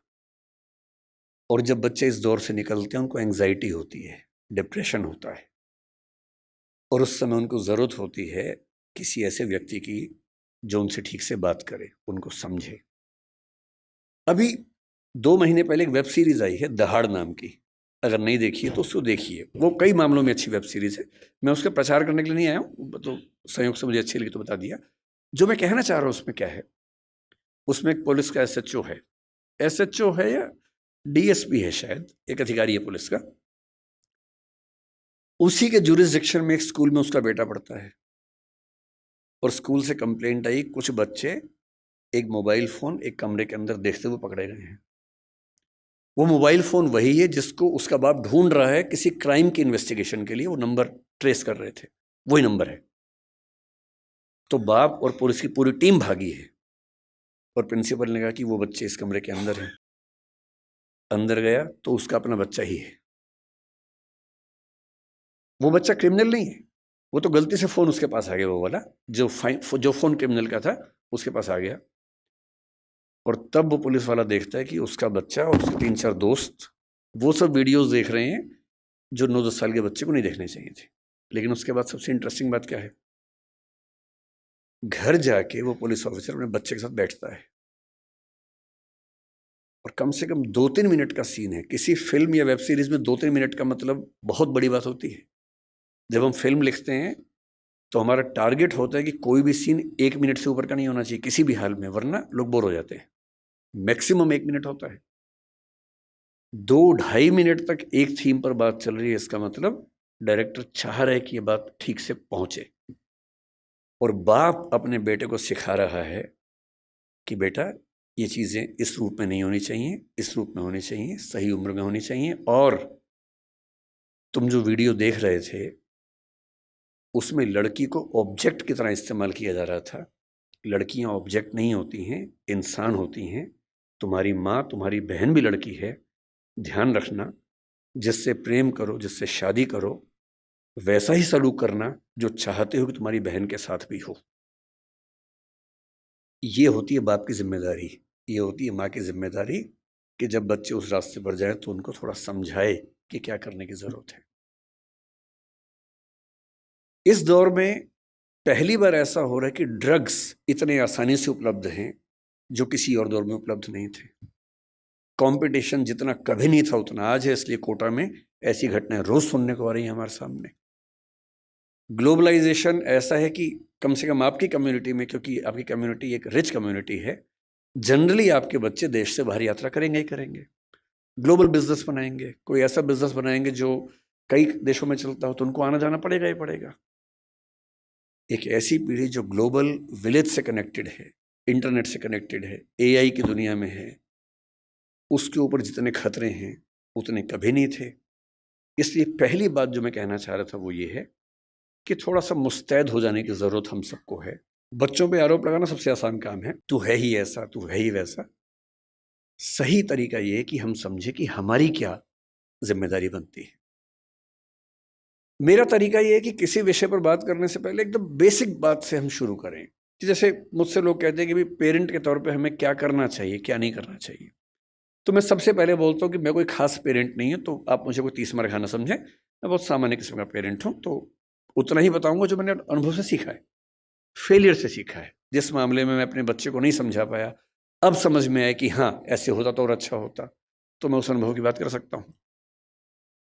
सबसे पहला सवाल अपने आप से ये पूछना है कि हम अपने बच्चों से चाहते क्या है, पर्पस क्या है हमारा। अगर पर्पस स्पष्ट है तो तरीके सारे मिल जाएंगे, अगर पर्पस स्पष्ट नहीं तो तरीके नहीं मिलेंगे। मैं अपने बच्चे को किस रूप में देखना चाहता हूं, अगर ये क्लैरिटी है तो सारे रास्ते क्लियर हैं। तो मैंने अपने आप से पूछा कि मैं अपने बच्चे की जिंदगी में क्या चाहता हूं। तो मैंने 4-5 एरोज निकाले कि क्या मैं ये चाहता हूं, ये चाहता हूं या ये चाहता हूं। एक चीज मैंने सोची कि मैं अपने बच्चे को सफल होते हुए देखना चाहता हूं, सक्सेसफुल। टाइम हो गया? ठीक है ठीक है, आप जितना कहेंगे। 10 मिनट ये छुप के बोले, 10 मिनट तो मैंने खुल के बोल दिया। तो मेरे सामने 3-4 चीजें हैं कि मैं चाहता हूं कि मेरा बच्चा सक्सेसफुल हो। सब चाहते हैं, आप भी चाहते ही होंगे। सक्सेस का मतलब है खूब पैसा हो, पावर हो, प्रसिद्धि हो, सामाजिक रसूख हो। फिर मैंने सोचा कि नहीं, मैं ये चाहता हूं कि मेरा बच्चा कायदे का इंसान बने, उसमें एम्पैथी हो, पेरेंट्स से, परिवार से, दोस्तों से, समाज से अच्छा संबंध हो, कमिटमेंट्स पूरी करता हो। फिर मुझे लगा ठीक है कमिटमेंट्स, लेकिन मैं चाहता हूँ कि मेरा बच्चा इतना मजबूत हो, स्मार्ट हो कि किसी भी चैलेंज को झेल सकता हो, घबराए नहीं। फिर लगा नहीं, मैं ये चाहता हूँ कि मेरा बच्चा फिजिकली, मेंटली, इमोशनली फिट रहे, स्वस्थ रहे। फिर मुझे लगा कि सब कुछ हो तो कितना अच्छा है, लेकिन तभी समझ में आया कि सब कुछ तो मेरे पास भी नहीं है, तो मैं कैसे उम्मीद करूं कि बच्चों में हो ही जाएगा। तब मैंने अंत में एक चीज लिखी कि एज ए पेरेंट मेरी सबसे पहली और आखिरी इच्छा ये होनी चाहिए कि मेरा बच्चा खुश रहे जीवन में। इससे बड़ी क्या इच्छा हो सकती है? आप कहेंगे कि हाँ सक्सेसफुल हो और खुश रहे, ठीक तो है, पर मैं ये कह रहा हूं कि कभी कभी ऐसा हो सकता है कि सक्सेसफुल होकर दुखी रहे, और जैसी सक्सेस आप चाह रहे थे वैसी ना मिलने के बाद भी खुश रहे। और अगर मुझे दोनों में से एक को चुनना हो कि सक्सेसफुल और दुखी या कम सक्सेसफुल लेकिन खुश, तो एज ए पेरेंट मेरा पहला भाव क्या होना चाहिए? कि वो खुश रहे। क्योंकि मैंने तो ऐसे IAS IPS अधिकारियों को देखा है जिन्होंने आत्महत्याएं कर ली हैं, उनसे बड़ा सफल कौन होगा? मैंने ऐसे बड़े बड़े टाइकून्स को देखा है बिजनेस की दुनिया के, जो खुश नहीं है, जिनसे बात करो तो लगभग रोते रहते हैं रात दिन, लेकिन टाइकून्स हैं, बहुत अमीर लोग हैं। तो मैं ऐसा क्यों चाहूं कि मेरा बच्चा ऐसा हो? तो मैंने एक पिरामिड बनाया जो शायद आपके काम का भी हो। मैं एकदम क्लियर हूं, मैं अपने बच्चे से हमेशा ये बात करता हूं कि भैया मुझे सबसे पहले ये चाहिए कि तुम खुश रहो, बाकी सब सेकेंडरी है। उसके साथ हो जाए तो अच्छा है, नहीं तो मुझे तुम्हारी खुशी से मतलब है, बाकी सब बातें बात की। खुशी कैसे आएगी? खुशी इस बात से आएगी कि मैं उसके ऊपर अपनी इच्छाएं थोपूं नहीं, समझाऊं, परसुएट करूं। अगर मुझे लगता है कि वो गलत रास्ते में, तो मैं समझाऊं कि बेटा ये रास्ता गलत है, रीजन बताऊं, डिस्क्राइब करूं, उसे सही रास्ते पर लाऊं, समझ जाएगा। क्यों नहीं समझेगा बच्चा? पर मैं अपनी जिद में उसके ऊपर उसका करियर इंपोज करूं, नहीं तुम्हें यही करना होगा, तुम्हें इससे ही शादी करनी होगी, तुम्हें ऐसे ही जीवन जीना होगा। तो मैं ऐसे कई लोगों को जानता हूं जो बहुत सफल हैं और अपने माता पिता से, स्पेशली अपने पिता से नफरत करते हैं। नफरत बहुत भारी शब्द है, लेकिन वो नफरत ही करते हैं। वो कहते हैं कि मेरे पिता ने मुझे जबरदस्ती ये विषय दिलवाया, इंजीनियरिंग करवा दी, मेरी इच्छा नहीं थी। मेरे पापा ने मुझे जबरदस्ती IAS का एग्जाम दिलवाया, मेरी इच्छा एकदम नहीं थी, मेरी इच्छा सिंगर बनने की थी। क्योंकि मैं पढ़ने में ठीक था, मैं बन भी गया सिविल सर्वेंट। मैं सिविल सर्वेंट हूं, मैं नौकरी कर रहा हूं ठीक से, पर मुझे मजा नहीं आता है, मैं रोज दुखी होता हूं। और आज भी मेरे पिताजी मुझे कहते हैं, उसने कहा कि मेरे पिताजी मुझे रोज धमकी देते थे कि अगर ये काम नहीं किया तो मैं सुसाइड कर लूंगा, ये कर दो वरना मैं ये कर दूंगा, ये कर दो वरना मैं वो कर दूंगा। और हमारा पूरा परिवार उनके खौफ में जिंदगी जीता रहा। हम सब सफल हैं उनके दबाव की वजह से, पर 3 दिन पहले मेरे पापा ने फिर, ये बात 10 साल पहले की कर रहा हूँ मैं, 3 दिन पहले मेरे पापा ने मुझे फ़ोन किया मेरी शादी के लिए। अब मुझे मार पीट के सिविल सर्वेंट बना दिया है, जो मेरा मन नहीं था। आप कह रहे हैं बेटा लड़की फाइनल कर दी है, इससे शादी करनी है, और मैं किसी को जबान दे चुका था। मैंने कहा पापा मेरी किसी से बात हो गई है। बोले बेटा आत्महत्या कर लूंगा। और उसने कहा कि आज मेरे मन में पहली बार आया कि बोलूं कि कर लो। मैं रोज करूं इससे अच्छा आप एक बार कर लो। मैं 15 साल से कर रहा हूं, एक बार आप भी कर ही लो पापा। अगर इतना इम्पोज करके आपने सफल बना भी दिया तो अपने प्रति जो नफरत पैदा कर लेंगे वो ज्यादा भारी पड़ेगी। इसलिए बच्चे की खुशी का मतलब है ऑटोनॉमी, उसकी इच्छा का सम्मान। हाँ जहां वो गलत है समझाइए, परसुएट कीजिए, कन्विंस कीजिए, दबाव नहीं। जिसकी जिंदगी में एक मिशन हो, अपने मन का काम हो, और ठीक ठाक से रिश्ते हों, 2-4, 1-2 बढ़िया दोस्त हों, परिवार ऐसा हो कि जहां आके उसको मजा आता हो, शाम को घर आते हुए अच्छा लगे, ये नहीं कि अब रात गुजारने के लिए जाना ही होगा। उससे सुखी जीवन किसी का नहीं है। और इसलिए मेरा तो उसूल ये है कि दबाव डालकर अपने बच्चे से कुछ भी ना करवाना है, ना सोचना है। उसके बाद सारी बातें आती हैं। नंबर 2 पर मैं चाहता हूं कि मेरा बच्चा एक कायदे का इंसान बने, उसमें एम्पैथी हो, माँ बाप के संघर्षों को समझता हो, समाज को समझता हो, परिवार का महत्व समझे। इतना ही नहीं, आप तो जैन समाज से, और मैं भी कई मामलों में मन से बहुत नज़दीक हूँ। मैं सिर्फ शाकाहारी होने के नाते नहीं, मैं उसी तरह का व्यक्ति हूँ जो आपके समाज में ज़्यादा होते होंगे। अगर मैं बैठा हूँ और कोई मच्छर वहाँ उड़ रहा है या चींटी गिर गई है तो मैं उसको उठा के बाहर छोड़ के आता हूँ कि मर ना जाए, वो मेरी वजह से ना मरे कम से कम। तो मेरा स्वभाव वैसा है। और मतलब मुझ पर हंसते भी हैं कई लोग, हमारे परिवारों में इस बात पे हंसते हैं, पर उनके हंसने से मुझे क्यों फ़र्क पड़ना चाहिए? अगर मैं अपने किसी विचार में पक्का हूँ तो हूँ। मैं चाहता हूँ कि मेरा बच्चा एक एक प्राणी के प्रति लिबरल हो, एम्पैथेटिक हो। और मैंने पाया कि इसका एक बड़ा अच्छा तरीका है। हमने अपने घर में एक पेट पाला कुछ समय पहले, अभी उसकी कुछ दिन पहले मृत्यु हो गई।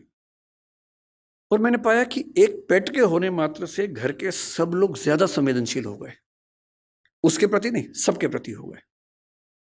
उसको दर्द होता है तो हमें सबका दर्द समझ में आने लगा। इतना फर्क पड़ता है सिर्फ इस बात से कि आपने उसकी एम्पैथी के लिए ऐसी सिचुएशंस क्रिएट की या नहीं की। और तीसरी बात, क्योंकि समय पूरा हो गया, मैं सिर्फ इतना कहूंगा, नंबर 3 पर एक ही चीज आती है कि आपका बच्चा स्मार्ट हो, दुनिया को हैंडल कर सकता हो। एकदम रीसेंट एग्जाम्पल 4 दिन पहले का है, आखिरी एग्जाम्पल के बाद खत्म करता हूं। एक बच्ची है जिसने मेरा दिल जीत लिया 3 दिन पहले। उत्तर प्रदेश की 10वीं क्लास की बोर्ड की टॉपर है। उसका नाम है प्राची निगम शायद। उस बच्ची का जो गेटअप है थोड़ा सा अलग है। उसकी थोड़ी सी मूंछ है, हल्की सी दाढ़ी है, जो कि बहुत रेयर बात नहीं है। लड़के और लड़की में उतने अंतर नहीं होते जितने हम सोचते हैं। आजकल हम जब स्टडीज करते हैं जेंडर में, इस बात को समझते हैं। टेस्टोस्टेरोन हार्मोन पुरुषों में भी महिलाओं में भी, पुरुषों में थोड़ा ज्यादा है, महिलाओं में थोड़ा कम है। और यदि किसी महिला में थोड़ा सा ज्यादा हो जाए तो थोड़ा सा चेहरे पर बाल आ जाते हैं, हार्मोनल थेरेपी करवा लो तो ठीक हो जाता है। इतनी सी बात है। अब उस बच्ची को पढ़ने में बहुत मन लगता है। उत्तर प्रदेश बोर्ड का टॉपर होना मजाक नहीं होता है। उत्तर प्रदेश बोर्ड बहुत मुश्किल बोर्ड होता है। उसकी टॉपर है वो, पर उसे चेहरे पर थोड़े से बाल हैं। जब उसने टॉप किया उसके इंटरव्यूज आए, और हमारे बदतमीज समाज ने, हमारे गंदे समाज ने उस बच्ची की मेहनत की तारीफ जितनी की, उससे ज्यादा उसके लुक्स को ट्रोल किया, गंदे गंदे कमेंट किए। और सोच के देखिए, 10वीं क्लास का बच्चा जिसकी उम्र 15 साल होगी, जो पढ़ने में इतना डूबा हुआ है कि फर्स्ट रैंक लेके आ रहा पूरे स्टेट में, उसकी मेहनत पर बात नहीं हो रही है। बात हो रही है कि उस लड़की के चेहरे पर बाल कैसे हैं। कैसा भद्दा समाज है हमारा। 2 दिन बाद उसका फिर एक इंटरव्यू आया, और उसने इंटरव्यू में क्या कहा, थोड़ी दुखी आवाज में कहा कि इतनी ट्रोलिंग हुई, मुझे, मेरा मन करता है काश मैं टॉप ना करती। ये हमारे समाज के मुंह पे थप्पड़ है, तेज थप्पड़ है, जो लगना भी चाहिए। लेकिन जो मैं आखिरी बात आपसे कह रहा हूं वो इसके बाद की है। उसके 2 दिन बाद फिर उसका एक इंटरव्यू आया, जो मैंने कल देखा। और उसने कहा कि ट्रोलिंग हुई बहुत, लेकिन मुझे खास फर्क नहीं पड़ रहा, मैं ठीक हूं, इसी बहाने फेमस भी हो गई। और रही बात इसकी, तो ये तो जब चाहूंगी ठीक कर लूंगी, इसमें ऐसी कौन सी बात है। सोशल मीडिया की एंजाइटी हमारे दौर के सबसे बड़े खतरों में से एक है। बच्चे फोटो डालते हैं, लाइक कम आते हैं, एंजाइटी हो जाती है। और ऐसे में किसी बच्चे को लाखों लोग ट्रोल करें और वो कहे कि खास दिक्कत नहीं हुई, तो समझ लीजिए उसके पेरेंट्स ने बहुत कमाल किया होगा कि उनका बच्चा इतना साहसी है, इतने बड़े पैमाने की ट्रोलिंग झेल सकता है। अपने बच्चों को ऐसा बनाने की ज़रूरत है, और ये हम सबके साथ होना है। कल कोई ना कोई हमारी फ़ोटो आएगी बाहर, मैं तो झेल चुका हूँ कई बार, मैं तो अक्सर झेलता हूँ चीज़ों को, सबको झेलनी है। कोई आपकी फ़ोटो आएगी, 4 गालियाँ पड़ेंगी, और हम सबकी नेचर क्या है, 10 तारीफ हमको नज़र नहीं आती, एक बुराई हो सारा फोकस वहाँ चला जाता है। रात दिन परेशान रहते हैं कि ऐसा कैसे हो गया, नींद उड़ जाती है। और ऐसे में राष्ट्रीय स्तर की ट्रोलिंग को 10वीं का बच्चा झेल ले, तो मान लीजिए कि ये पेरेंटिंग है जो उनके पेरेंट्स ने की है। तो इतने कम समय में ज़्यादा बोल नहीं पाता हूँ, लेकिन अब क्योंकि है ही नहीं समय तो क्या करें, तो इस बात को मैं यहीं विराम दूंगा। मैं आपके बिजनेस से बात नहीं कर पाया क्योंकि मुझे समय का होश नहीं रहता है। बहुत बहुत धन्यवाद, आप लोगों ने मुझे आमंत्रित किया, बहुत बहुत शुक्रिया। मैं बस ये कहना चाहूँगा, अभी ख़त्म नहीं हुआ है, will be taking our Q&A session. तो फिर आप भी अपने कुछ क्वेश्चन तैयार रख सकते हैं जो सर से पूछना चाहें। मैं चाहूँगा जो कुछ सवाल हमने सर आपसे डिस्कस किए थे नहीं, आपसे क्या पूछें, आप क्या कवर कर देंगे और क्या छोड़ देंगे ये मुझे भी नहीं पता था। तो मैंने कहा मैं अपनी पूरी तैयारी करके आऊँ, एग्ज़ाम देने जा रहा हूँ और टीचर सामने बैठा है। तो सर जो हमारी बात हुई थी, अभी आपने कहा जैनिज़्म में अहिंसा परमो धर्म, हम किसी जानवर, किसी आदमी को चोट ना लगे उसके बारे में तो बहुत बात करते हैं, बट आपसे जब डिस्कशन होता है हम मानसिक हिंसा के बारे में बात नहीं करते। जो दिमाग के अंदर हमारी हिंसा, हम किसी को हिंसा पहुंचाते हैं और कोई हमें हिंसा पहुंचा रहा है, हम उसके बारे में कोई बात नहीं करते, ऐसा क्यों? मुझे लगता है कि जो गहरे कंसेप्ट्स हैं उनको समाज के लोग आसान करके समझते हैं। अहिंसा एक बहुत गहरा विचार है। महात्मा गांधी ने भी खुल के ये बात कही कि मैंने अहिंसा का विचार जैन दर्शन से लिया, महावीर जी से लिया। अहिंसा का मतलब ये बिल्कुल नहीं है कि आप किसी जानवर को नहीं मार रहे, आप नॉनवेज नहीं खा रहे, वो तो बहुत छोटी सी बात है, अहिंसा के समूह का छोटा सा हिस्सा है। अहिंसा की बात जब गहराई में होती है तो 3 तरह की बात होती है, एक मानसिक अहिंसा, वाचिक अहिंसा और कायिक अहिंसा। कायिक अहिंसा का मतलब है कि मैं अपने शरीर से, अपने हाथ से, पैर से किसी को चोट ना पहुंचाऊं, जो कि हम सब समझते हैं। वाचिक हिंसा का मतलब होता है, या वाचिक अहिंसा का मतलब होता है कि मैं अपनी वाणी से किसी को परेशान ना करूं। तो यदि मैं किसी को गाली दे रहा हूं तो वाचिक हिंसा है, सीधी सी बात है। दोस्तों के बीच में आपस में गालियां दे रहे हैं वो ठीक है, वो तो मनोरंजन की बात हो गई, लेकिन आप किसी को परेशान करने के लिए गाली दे रहे हैं, या किसी व्यक्ति का एक पैर ठीक नहीं है, आपने उसको लंगड़ा कहा, एक तो वो बेचारा पहले परेशान है, आपने उसको लंगड़ा कह के उसका पूरा दिन खराब कर दिया, उसको इतना बेचैन कर दिया, ये वाचिक हिंसा है। इससे तो अच्छा होता कि आप एक थप्पड़ मार लेते हो उसको, तो पूरा दिन तो खराब नहीं होता। पूरा दिन खराब किया, उसको एंग्जाइटी में डाल दिया, ये वाचिक हिंसा है। और उससे अगले स्तर की है मानसिक हिंसा। अगर आप अपने मन में किसी को दबाव डालते हैं या सोचते हैं कि मैं इसके साथ ऐसा कर दूं, ऐसा कर दूं, मसलन आपका बच्चा चाहता है कि मैं एक्स विषय पढ़ूं, और आपने कहीं से सीखा हुआ कि ना, इंजीनियर तो बना के मानूंगा तुझे मैं। आपने पहले मानसिक हिंसा की कि तुझे मेरे हिसाब से जीना है, ना कि अपने हिसाब से जीना है। अगर आप ऐसा सोच रहे हैं तो ये मानसिक हिंसा। मैं जानता हूं इस बात से आप में से कईयों को दिक्कत हो रही होगी, पर मैं तो सच ही बोलूंगा।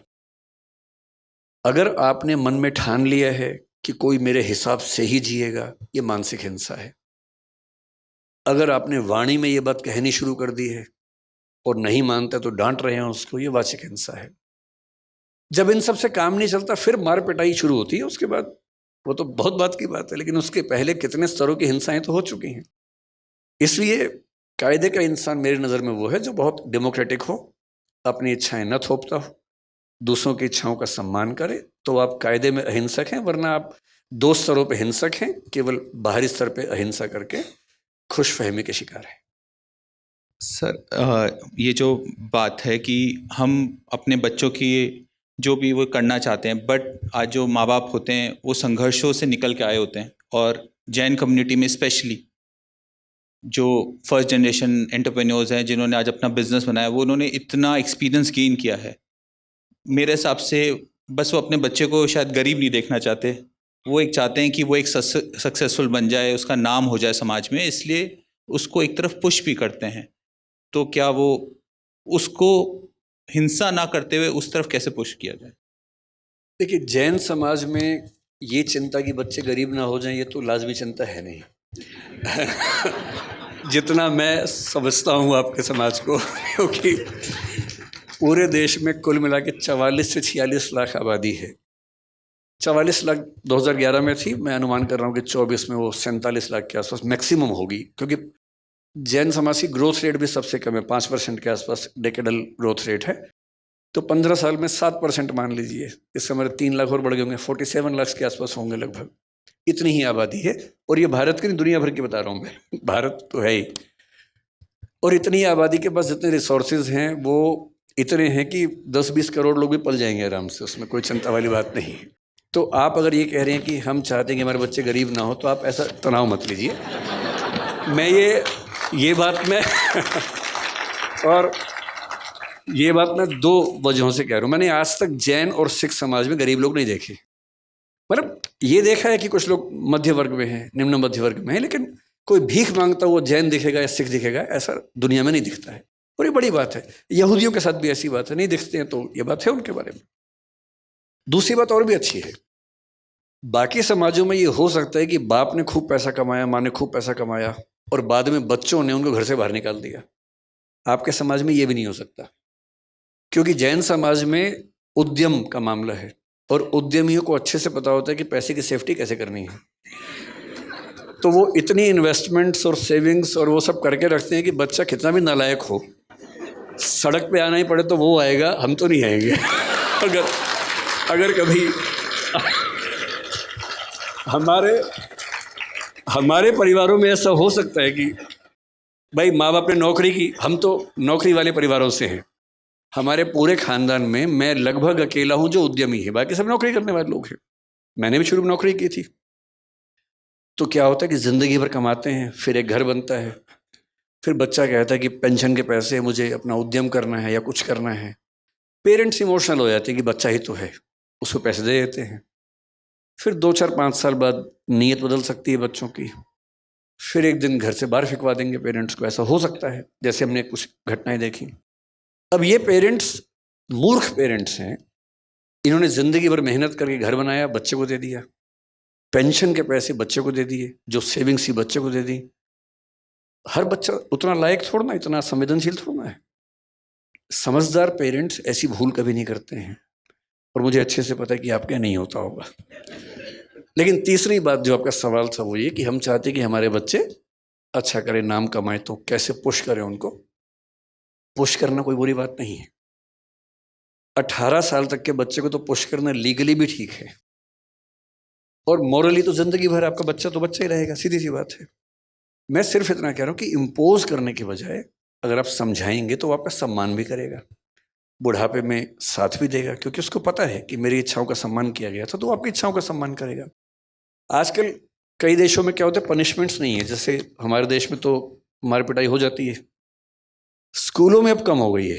हमारी पीढ़ी आखिरी है जो खूब पिटी स्कूल में, आप भी शायद पिटाई होंगे ना। हाँ, अब आपके बच्चे नहीं पिट रहे होंगे, क्योंकि आजकल दिल्ली में और बड़े शहरों में ये कंसेप्ट आ गया है कि स्कूलों में पिटाई नहीं करनी है। हाँ, माँ बाप भी नहीं चाहते कि बच्चे पिटे, और वैसे भी स्कूलों में भी ये विचार आजकल प्रबल है। अच्छा, टीचर से आप पूछे, टीचर्स बोलते हैं कि बच्चे बिना पिटे मानते ही नहीं है। सच बात क्या है, बच्चों को पनिशमेंट देना ज़रूरी है, लेकिन पनिशमेंट के 1000 तरीके हैं। मैं पिछले साल अमेरिका में 2 यूनिवर्सिटीज़ में मुझे बुलाया गया था बोलने के लिए, मिशिगन और येल में। तो वहाँ गया, तो वहाँ के कुछ पेरेंट्स से मिलना हुआ। मैंने उनसे पूछा कि मैंने कहा जैसे हमारा बच्चा बहुत छांटा हो तो मेका तो लगाई देते हैं कभी कभी उसको। आप कैसे हैंडल करते हैं? बच्चे तो वहाँ भी ऐसे ही होते हैं। उन्होंने क्या किया है कि सॉफ्ट पनिशमेंट्स निकाल ली हैं। जैसे कोई बच्चा क्लास में नहीं पढ़ रहा, उसको लिखने से बड़ी दिक्कत है, तो पनिशमेंट ये है कि वो 10 पेज लिखेगा, कोई मार पिटाई नहीं होगी, 10 पेज लिखने हैं उसको। कोई बच्चा बहुत बातूनी है, बहुत बात कर रहा, नहीं मान रहा, उसकी पनिशमेंट क्या है? अगले 4 घंटे तक वो अकेला बैठेगा, किसी से बात नहीं करेगा। उसके लिए वही इतनी बड़ी पनिशमेंट हो जाती है कि 4 घंटे चुप बैठना है। तो उसके बाद फिर वो कंट्रोल में आता है। 10 पेज लिखने हैं तो कंट्रोल में आता है। और उस पनिशमेंट से क्या हुआ? फायदा हो गया, लिखना भी सीख गया। तो जो मैं कह रहा हूँ, बच्चों को पुश करना ठीक है, मोटिवेट करना ठीक है, परसुएट करना ठीक है, समझाना ठीक है। कोई बच्चा कहे कि मैं तो पापा राइटर बनना चाहता हूँ, सीए नहीं बनना चाहता, समझाइए उसको। और बच्चे बड़े समझदार होते हैं, उनको बस दोनों पक्ष समझाने होते हैं। आप 4 अच्छे सीए से मिलवा दीजिए, 4 अच्छे राइटर से मिलवा दीजिए, और जब उनसे मिल के सारी बातें समझेंगे तो उनको खुद समझ में आएगा कि मेरे लिए क्या सही बात।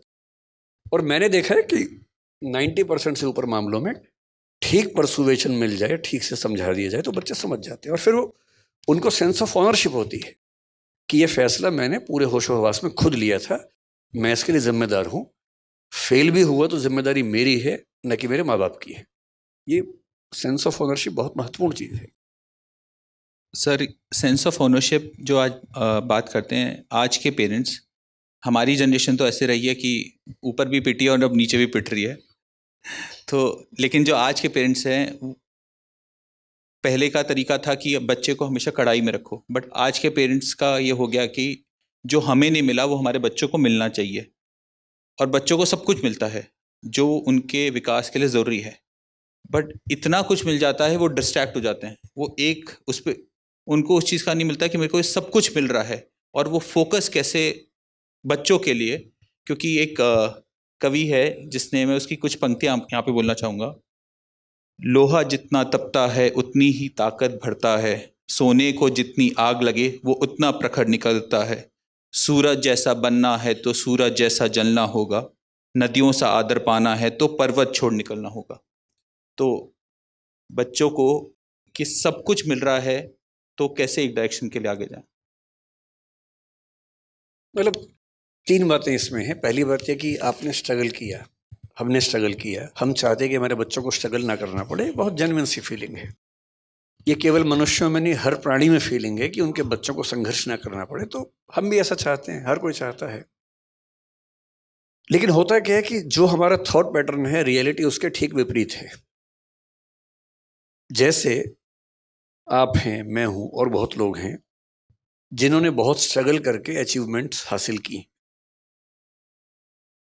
जब अपने बच्चों को सुविधाएं देते हैं, उनका लॉजिक क्या होता है कि बेटा हम तो लाइट भी नहीं आती थी, टेबल लैंप जलाते थे। टेबल क्या, वो जो डिबरी वाला होता था, ऑयल वाला जो लैंप होता था, लालटेन जलाते थे, उससे पढ़ते थे। तुम्हें तो एसी, पंखा, कूलर सब कुछ मिला हुआ है, इतने बढ़िया लाइट्स मिली हुई हैं, लाइट भी नहीं जाती है, जनरेटर भी लगा हुआ है। बेटा एक तो हमारे पुरानी पीढ़ी में सब पेरेंट्स का स्कूल नदी के उस पार ही था। हमारा स्कूल तो नदी के उस पार था। मैं परेशान हूँ कि सारे स्कूल नदी के उस पार थे, तो लोग इस पार क्यों रहते थे? उसी पार रह लेते। पर सभी के पिताजी नदी के उस पार पढ़ते थे, और नदी पे पुल भी नहीं होता था। नदी पैदल पार करते थे, 10 मील दूर चल के जाते थे, फिर स्कूल में स्ट्रगल होती थी। ये हम सब ने सुना है। लेकिन उनके बच्चों को सुविधाएं बेहतर मिली, हमारे बच्चों को और मिल रही हैं। लेकिन जो सही लॉजिक है वो क्या है? कोई व्यक्ति इतना महान इसलिए बना, इतना अच्छा इसलिए बना कि उसने स्ट्रगल की थी। क्योंकि स्ट्रगल करने से उसके अंदर जो स्मार्टनेस आती है, उसके बिना आ ही नहीं सकता।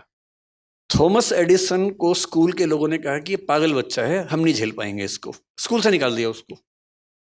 उसकी माँ बड़ी समझदार थी, तो बच्चे को माँ लेके आई घर। बच्चे ने पूछा, मम्मी मैं स्कूल नहीं जाऊंगा कल से? तो बोली, हाँ बेटा, क्यों? तो उसने कहा, प्रिंसिपल कह रहे थे कि बाकी बच्चे तुम्हारे साथ चल नहीं पाएंगे। बात तो सही बोली, पर दूसरे तरीके से बोली। घर में पढ़ाया, 12 साल की उम्र में उसको सेल्समैन बना दिया। 14 साल की उम्र में वो टेलीकॉम ऑपरेटर बना पहली बार। जिज्ञासा पैदा हुई, रिसर्च करने लगा। करते करते उसने 20-25 की उम्र में, जिसको हम फोनोग्राफ कहते हैं, उसका आविष्कार किया। और वो आदमी जिसको स्कूल ने पागल कह के, मेंटली रिटार्डेड कह के निकाला था, 1078 पेटेंट उसके नाम पे हैं। ये वो बच्चा था, क्योंकि उसको स्ट्रगल मिली। जिसको स्ट्रगल नहीं मिलेगी कोई खास तीर नहीं मार पाएगा। सही बात है। इसलिए अगर आप चाहेंगे आपके बच्चों को सारी सुविधाएं मिले तो एवरेज लोग बनेंगे, बहुत खतरनाक किस्म के लोग बनेंगे, इस पर के चांसेस कम है।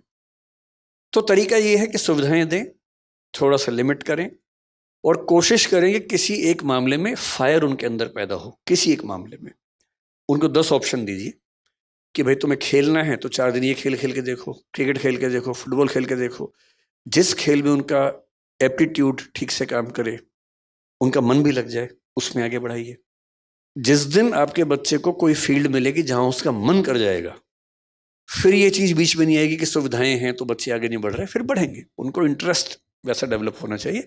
तो आपके और मेरे लिए सलाह ये है, क्योंकि हमारे बच्चे उस स्थिति में है कि संघर्ष वैसे तो नहीं मिलेगा उनको, तो थोड़े और संघर्ष, थोड़ा हॉस्टल लाइफ जब मिलेगी, बाहर जाएंगे, 50 लोगों से मिलना जुलना होगा, वो होगा।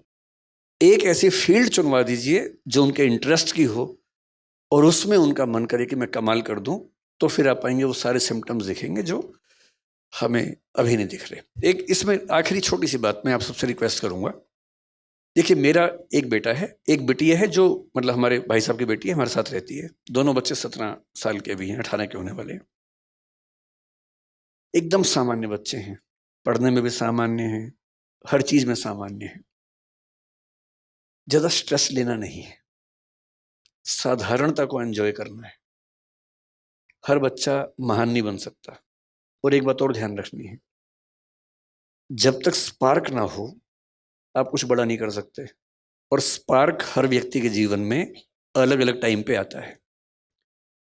विवेकानंद जब तक रामकृष्ण परमहंस से नहीं मिले थे, वो स्पार्क नहीं आया था। वहां जाके स्पार्क आया, तब वो महान बने। महावीर स्वामी 30 की उम्र में घर से निकले और उसके बाद 12 साल तपस्या की उन्होंने। भगवान बुद्ध 28 की उम्र में घर से निकले। आप पाएंगे जितने महान लोग हैं, लगभग 28 से 35 के बीच की एज में वो महानता के पहले बिंदु पर पहुंचते हैं। और हम 13 साल में, 14 साल में उम्मीद करें कि बच्चा कमाल कर दे। उस स्पार्क का वेट कीजिए, चिंगारी कभी तो लगेगी। वो चिंगारी जब लगेगी कमाल हो जाएगा, आप चिंता मत कीजिए। चिंगारी का इंतजार कीजिए, चिंगारी का माहौल बनाइए, घास फूस इकट्ठा करते रहिए ताकि चिंगारी आए तो आग लग जाए। बस हमारा उतना ही काम है। आपने थॉमस एडिसन का कहा कि वो सेल्समैन बना। सेल्समैन तो आप भी बने थे, आपने कैलकुलेटर बेचे। तो जब जिंदगी का आपका वो पड़ाव आया, जब आप डाउन एंड डस्टेड थे, तो वहाँ से कैसे उठे? मैं 16.5 की उम्र में DU में पढ़ने आया था और घर में कुछ ऐसी दुर्घटनाएं हुई कि मुझे 17.25 साल की उम्र से नौकरी करनी शुरू करनी पड़ी। जैन समाज में शायद ये सामान्य बात है, 15-16 साल में बच्चा गले पे बैठ ही जाता है आपके समाज में। मैंने सुना है कि ऐसी ट्रेनिंग होती है और ये ट्रेनिंग का बड़ा अच्छा तरीका है। क्योंकि जब मैंने पहली बार एक जैन को ये बात बताई, बोला हमारे तो होता ही है, इसमें क्या खास बात है। तो मैंने कहा हमारे नहीं होता भाई, हमारे लिए तो ये अलग बात थी। तो मैंने करीब 17 साल की उम्र में सेल्समैन की नौकरी की, कैलकुलेटर्स बेचता था उन दिनों। अच्छा टाइम था, खूब दुत्कारा जाता था। आप किसी को बेचने जा रहे हैं, वो खरीदने के मूड में नहीं है, आपका टारगेट है नौकरी बचाने के लिए, आप पूरी ताकत लगाएंगे, खरीद ही लो भाई। वो नहीं खरीद रहा है, खराब से बोल भी देगा, गालियाँ भी सुनेंगे ही आप, पर उसके बिना मज़ा भी तो नहीं ज़िंदगी में, थोड़ा वो झेलना ज़रूरी है। तो मैं बहुत खुश इस बात से, मेरे पेरेंट्स दुखी रहे लंबे समय तक कि जो तुम्हारा करियर बनने का समय था, हमने तुम्हें उस समय स्ट्रगल में डाल दिया। अब तो मेरी माँ नहीं है, 6 साल पहले उनका देहांत हो गया। पर मैंने उनसे हमेशा ये बात कही कि आपको अंदाज़ा नहीं है कि आपने क्या किया मेरे लिए। अगर आप भी मुझे सारी सुविधाएं देते तो मैं भी एक सामान्य जीवन जी रहा होता। स्ट्रगल्स दी तो उससे चीज़ें बहुत बेहतर हो गई। तो मैं तो बहुत शुक्रगुजार हूँ अपने पेरेंट्स का कि स्ट्रगल्स दी उन्होंने। हो सके तो थोड़ा बहुत हम भी दें स्ट्रगल्स, और उससे अच्छा रहता है। आपने माँ का अपना नाम लिया, मेरा एक क्वेश्चन अब नेक्स्ट इमोशंस को लेके है, और स्वतः यहाँ पे बहुत जेंट्स बैठे हैं उनके लेके है। लेडीज़ फिर भी अपना इमोशंस कहीं ना कहीं निकाल देती है, बट हम जेंट्स एक उम्र के आने के बाद अपना इमोशंस दिखा नहीं पाते। हमें हमेशा बचपन से सिखाया जाता है कि अपने इमोशंस कुछ भी हो आपको छुपा के चलने हैं लाइफ में। इसके बारे में आप क्या बोलना चाहें? लगभग पूरी दुनिया में ऐसा है, कुछ समाजों को छोड़कर। कुछ समाज ऐसे हैं जहां पुरुष खूब रोते हैं, उनका रोना अच्छी बात मानी जाती है, कोई दिक्कत ही नहीं है। महिलाएं रो रही हैं, पुरुष भी रो रहे हैं साथ साथ, कोई दिक्कत ही नहीं है उनको। आपको हंसी आ रही है क्योंकि आप इस समाज से हैं, उनको हंसी भी नहीं आती इस बात पे क्योंकि उनके समाज में नॉर्मल बात है। कुछ ट्राइबल सोसाइटीज हैं ऐसी, जो सो कॉल्ड सिविलाइज सोसाइटीज है, जैसे हम सभ्य समाज हैं। ये सभ्य समाज दरअसल मूर्ख समाज है। ये अपनी बेसिक टेंडेंसी से बहुत दूर निकल गए हैं और बोलते हैं कि हम सभ्य हैं। बहुत सारी ट्राइबल सोसाइटीज हमसे बहुत एडवांस हैं कई मामलों में। तो सभ्य समाज में अगर बहुत पीछे जाएं तो जब सभ्यता शुरू हो रही थी, खतरे बहुत ज़्यादा थे आसपास। अब जब खतरे बहुत ज़्यादा हों, लोग शिकार करते थे। बहुत कम समाजों के पास ये सुविधा थी कि वो कंद मूल खा के जिंदा रह सकें। भारत एक ऐसा अच्छा उदाहरण है। अच्छा, जैन समाज आप देखेंगे, जैन समाज मुख्य रूप से भारत में ही है, पश्चिमी देशों में नहीं है, क्योंकि उतनी सर्दी में आप केवल शाकाहार और दिगंबर परंपरा के साथ नहीं रह सकते, तो इसलिए जैन समाज आपको वहाँ नहीं दिखता है। रेतीले देशों में, मिडिल ईस्ट में जैन समाज नहीं है क्योंकि वहाँ शाकाहार से काम नहीं चलता है। तो शाकाहारी समाज जिसकी जिद है कि हम शुद्ध शाकाहारी, जो आलू तक नहीं खाएंगे, जो अभी कई चीज़ों की बात चल रही थी हमारी कि हम अदरक भी नहीं खाएंगे, हम हल्दी भी, जो हरी हल्दी नहीं खाते हैं, हम शक्कर जो और जिमिकंद वो नहीं खाएंगे। हम इस लेवल तक जब शाकाहार को लेकर चलेंगे तो सीधी सी बात है, आप उसी देश में रह पाएंगे जहाँ सारी ऋतुएं होंगी और अच्छी खेती होगी। वो दुनिया में बहुत कम देशों में होता था। ग्रीनलैंड में जैन समाज नहीं चल सकता, सीधी सी बात है, क्योंकि वहाँ संभव नहीं है सब चीज़ें। तो अधिकांश समाजों में पुरुषों ने शिकार किया जिंदा रहने के लिए। महिलाएं गर्भवती होती थी, उस समय तो कॉन्ट्रासेप्टिव्स भी नहीं थे, बार बार गर्भ होता था।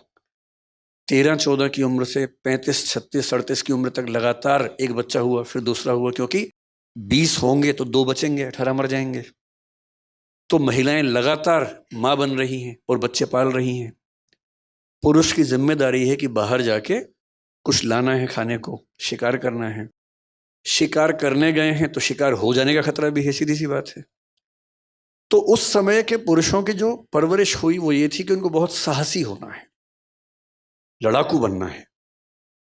और जो बहुत लड़ाकू है वो रोता वो ठीक नहीं लगता है। इसलिए उन समाजों ने एक नियम बनाया कि लड़के रोएंगे नहीं। मन में तो आएगा इमोशन, रोना नहीं, दबा लेना है। और ये होते होते पीढ़ी दर पीढ़ी एक ऐसी नॉर्म बन गई कि लड़कों का रोना कमजोरी का लक्षण बन गया। अब तो घरों में क्या है, 2 साल का लड़का भी रोए तो क्या बोलते हैं मम्मी और पापा, तो लड़की है, तो बेटी है। और उसको इसमें 2 बात समझ में आती है, एक तो एक ही गलत है, दूसरा लड़की होना लड़का होने से खराब बात है। क्योंकि कोई लड़का रोए और आप कहें तो लड़की है, इस पे अंडरस्टूड है कि लड़की होना खराब बात है, लड़का होना अच्छी बात है। और धीरे धीरे लड़के सोचते हैं अच्छा मैं खास हूं, मुझे रोना नहीं है, रुलाना है। और फिर वो जिंदगी भर रोता नहीं है। और जितना नहीं, रुलाती महिलाएं भी कम नहीं है वैसे, वो तो मैंने मजाक में कहा, रुलाने वाला काम तो दोनों करते हैं। लेकिन लड़कों की मजबूरी है कि उनको समाज में ठीक दिखने के लिए अपने इमोशंस को बहुत मारना पड़ता है। अब जैसे समाज में इसकी ज़रूरत नहीं है, अब कौन सा भाला लेके शिकार करने जा रहे हैं, अब तो पुलिस है, सेना है, सब चीज़ें हैं। अब समय आ गया कि रेक्टिफिकेशन ऑफ इमोशंस हो और रोते हुए पुरुषों का सम्मान किया जाए। अब आपको फिर हंसी आ गई, देखिए इस बात पर। जब तक ये हंसी आती रहेगी मामला ठीक नहीं होगा। जिस दिन पुरुष के रोने पर हंसी आनी बंद हो जाएगी उस दिन मामला ठीक हो जाएगा। इसलिए आपका बेटा रोए, टॉन्ट मत कीजिएगा, बस सिर पे हाथ रखना है, कंधे पे हाथ रखना है, रो ले आपके साथ। और हो सके तो साथ में खुद भी रो लेना है, 2 आंसू निकाल देने हैं। बेशक अकेले में ले जाओ उसको, दोनों बाप बेटा रोएं साथ साथ, रो लीजिए। मैं वो गारंटी से कह रहा हूँ, जितना हल्का उस दिन महसूस करेंगे उतना कभी नहीं करेंगे। सर आप बहुत बहुत बच्चों की इंस्पिरेशन है, बहुत बच्चे आपसे पढ़ते हैं, बट आपकी इंस्पिरेशन कौन है? कभी सोचा नहीं इस तरह से मैंने।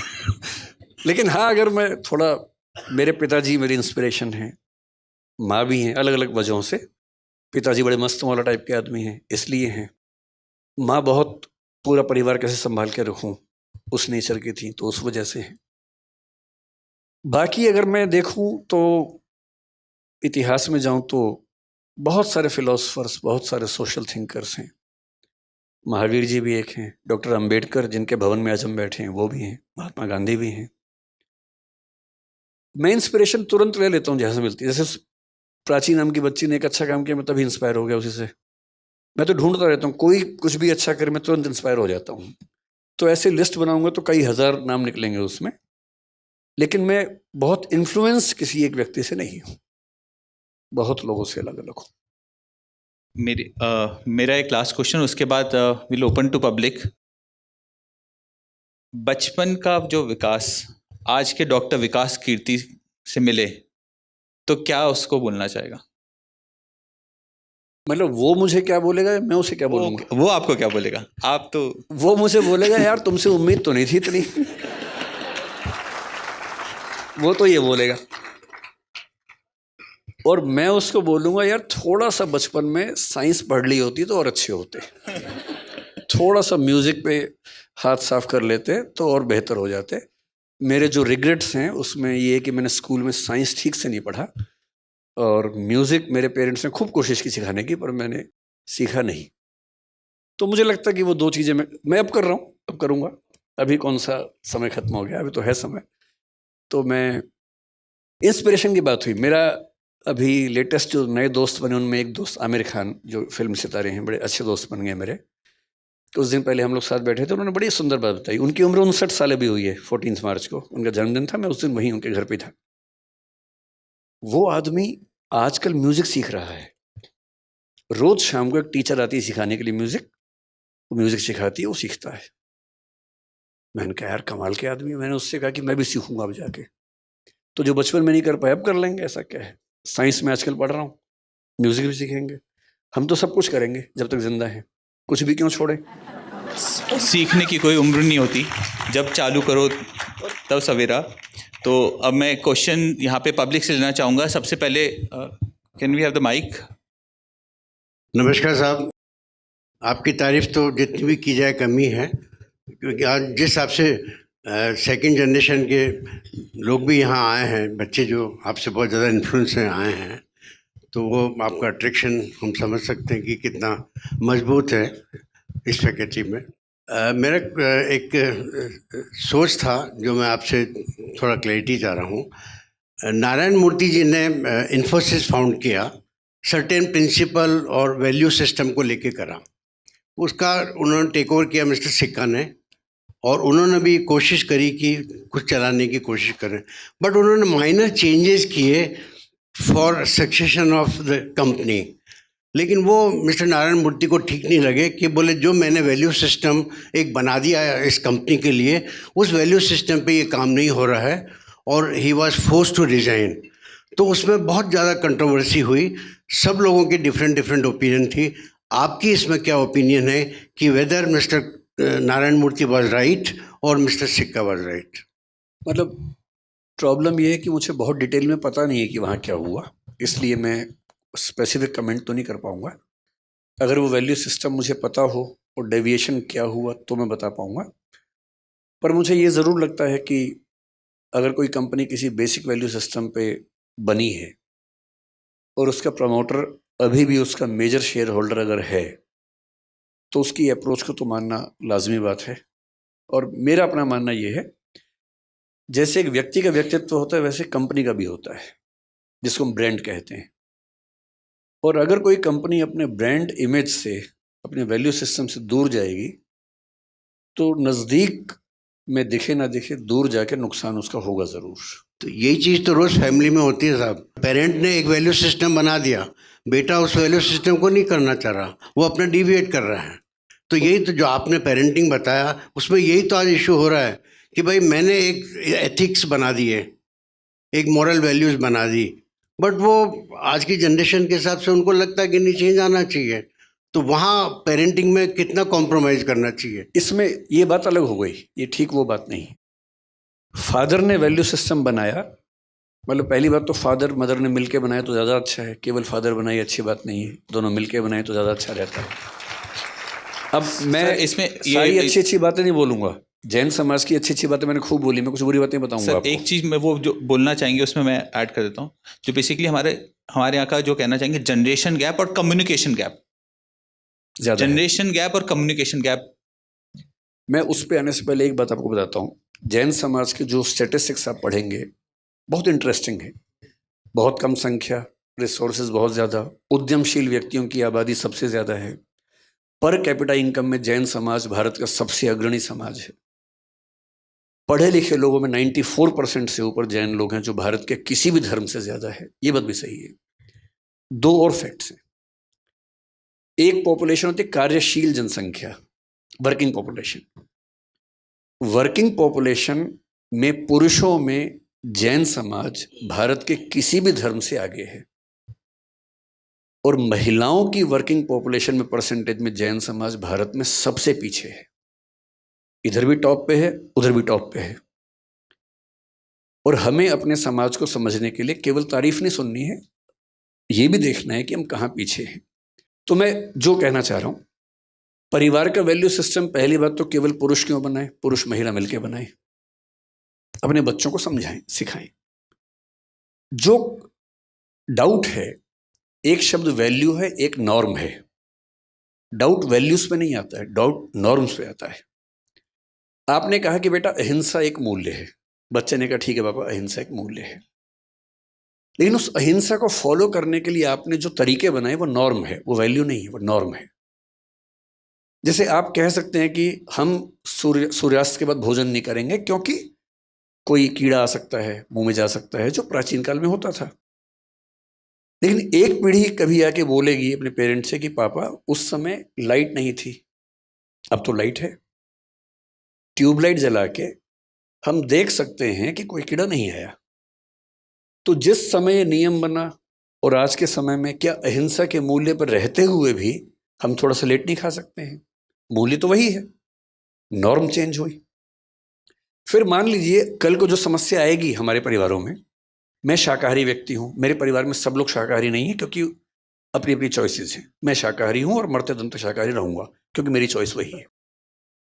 कल को मान लीजिए कि शाकाहारी परिवारों में कोई बच्चा ये कह दे कि पापा मैं तो अमेरिका में रहता हूँ, मेरे सब दोस्त नॉनवेज खाते हैं, मैं नॉनवेज तो नहीं खाऊंगा क्योंकि मैं अपने परिवार के मूल्यों का सम्मान करता हूँ।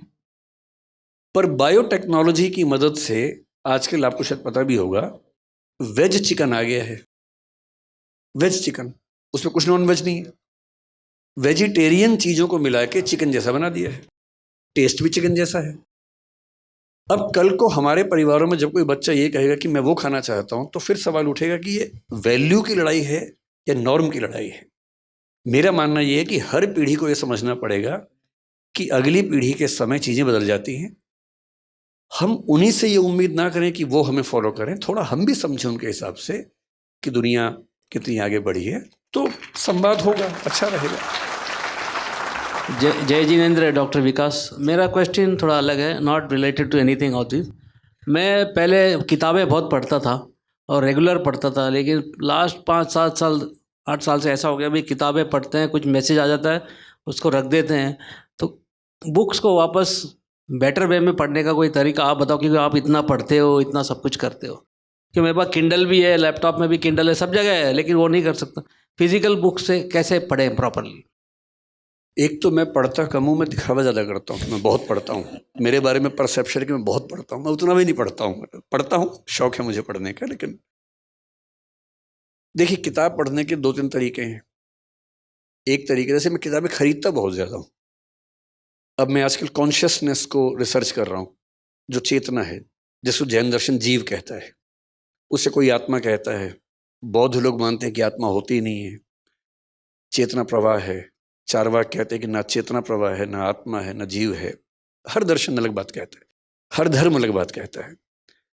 उन सबको मैंने पढ़ा है। अब मैं आजकल स्टडी कर रहा हूं कि साइंस क्या कहता है। और दुनिया के इतिहास में केवल 30-40 साल हुए हैं जब हमने ब्रेन पे रिसर्च करनी शुरू कर दी है। EEG जब पहली बार आया, उसके बाद से हम ब्रेन को स्टडी कर पा रहे हैं और हमें पता है कि ब्रेन में चीज़ें कैसे काम करती हैं। तो एक विचार आज के लिए आ रहा है कि शायद आत्मा नाम की चीज़ है ही नहीं, केवल ब्रेन में न्यूरॉन्स की एक्टिविटीज़ हैं। कुछ लोग नहीं मानते, कहते हैं कि आत्मा होती है। इस स्टडी को बोलते हैं कॉन्शियसनेस। इस पर बहुत रिसर्च चल रही है और मैंने पिछले महीने में कम से कम 5 बड़ी महत्वपूर्ण किताबें मंगवाई हैं, कोई अमेरिका से, कोई इंग्लैंड से, कोई कहीं से, कि उनको पढ़ूंगा। सामने रखी हुई हैं और मैं रोज़ 2-4 पेज पढ़ भी लेता हूँ उसमें, सिर्फ इसलिए कि वो कंटिन्यूटी बनी रहे। ठीक से पढ़ने का एक ही तरीका है, क्योंकि जैसे आप व्यस्त रहते हैं, मैं भी व्यस्त रहता हूँ, मेरा फ़ोन भी बजता है, ऑफिस के बहुत सारे काम होते हैं। मैं अध्यापक हूँ, साथ में मैं उद्यमी भी हूँ और हमारी कंपनी में करीब 2,500 लोग काम करते हैं। काफ़ी ह्यूज चीज़ें हैं, तो मुझे उसमें बिजी रहना पड़ता है, वो भी करना होता है। अब पढ़ाई करते हुए फ़ोन तो आता है, व्हाट्सएप भी आ जाता है, ज़रूरी काम भी आता है। तो 2 तरीके हैं। अगर किताब पढ़नी ही है तो 1-2 घंटे के लिए फ़ोन को साइड में रख दीजिए, साइलेंट कर दीजिए। मैं तो ऐसा करता हूँ, अक्सर करता हूँ कि फ़ोन को साइलेंट किया, एयरप्लेन मोड पे किया, कमरे के बाहर रखा और 2 घंटे पढ़ा। सबको बोल दिया कि 2 घंटे डिस्टर्ब मत करना, बहुत इमरजेंसी हो तो ही बताना। मेरे घर के लोग सम्मान करते हैं इस बात का। दूसरा तरीका आसान बताता हूँ आपको। अब मैंने जैसे पेरेंटिंग पे बात इन्होंने बोला, मुझे कोई ऐसी एक्सपर्टीज तो है नहीं, तो मैंने सोचा कि मैं देखूं कि क्या क्या दुनिया में इस पर पढ़ाई हुई है। तो मैंने कुछ किताबें मंगवा ली पेरेंटिंग पे, मोटी मोटी। अब वो भी रखी है सामने। मेरी टेबल पर लगभग 300-400 किताबें रखी हुई हैं इस समय, जो मुझे पढ़नी है। और अलमारी में 2000 अलग से हैं, जो अभी नहीं पढ़नी है, बाद में कभी पढ़नी होंगी। रखी बहुत सारी। और मैं खरीदता तुरंत हूँ, मुझे कोई किताब मिलती है मैं तुरंत खरीदता हूँ या मंगवा लेता हूँ उसको, ताकि मुझ पर दबाव रहे कि ये भी पढ़नी है। अब मैंने तरीका क्या निकाला, मैं ChatGPT पे गया। अब ChatGPT के ज़माने में सारी मेहनत मैं ही करूँगा तो फिर मैं स्मार्ट कैसे हुआ। मैंने उससे पहला सवाल पूछा। मैं ChatGPT का पेड वर्जन यूज़ करता हूँ, वो थोड़ा ज़्यादा स्मार्ट है, 4 अब 5 आने वाला है। मैंने उससे कहा, भाई पेरेंटिंग के बारे में दुनिया की सबसे अच्छी 10 किताबें बताओ कौन सी हैं। उसने 10 किताबों की लिस्ट दे दी। फिर मुझे क्या करना, मैंने कहा इन 10 के 10 का एसेंस बताओ, क्रक्स बताओ। फिर वो बेचारा मेहनत करता रहा 5-7 मिनट तक। 10 की 10 किताब को मैंने लिख भी दिया कि 1000 से 2000 शब्दों में हर किताब का चाहिए। 1 से 2000 शब्दों में हर किताब का क्रक्स उसने बता दिया।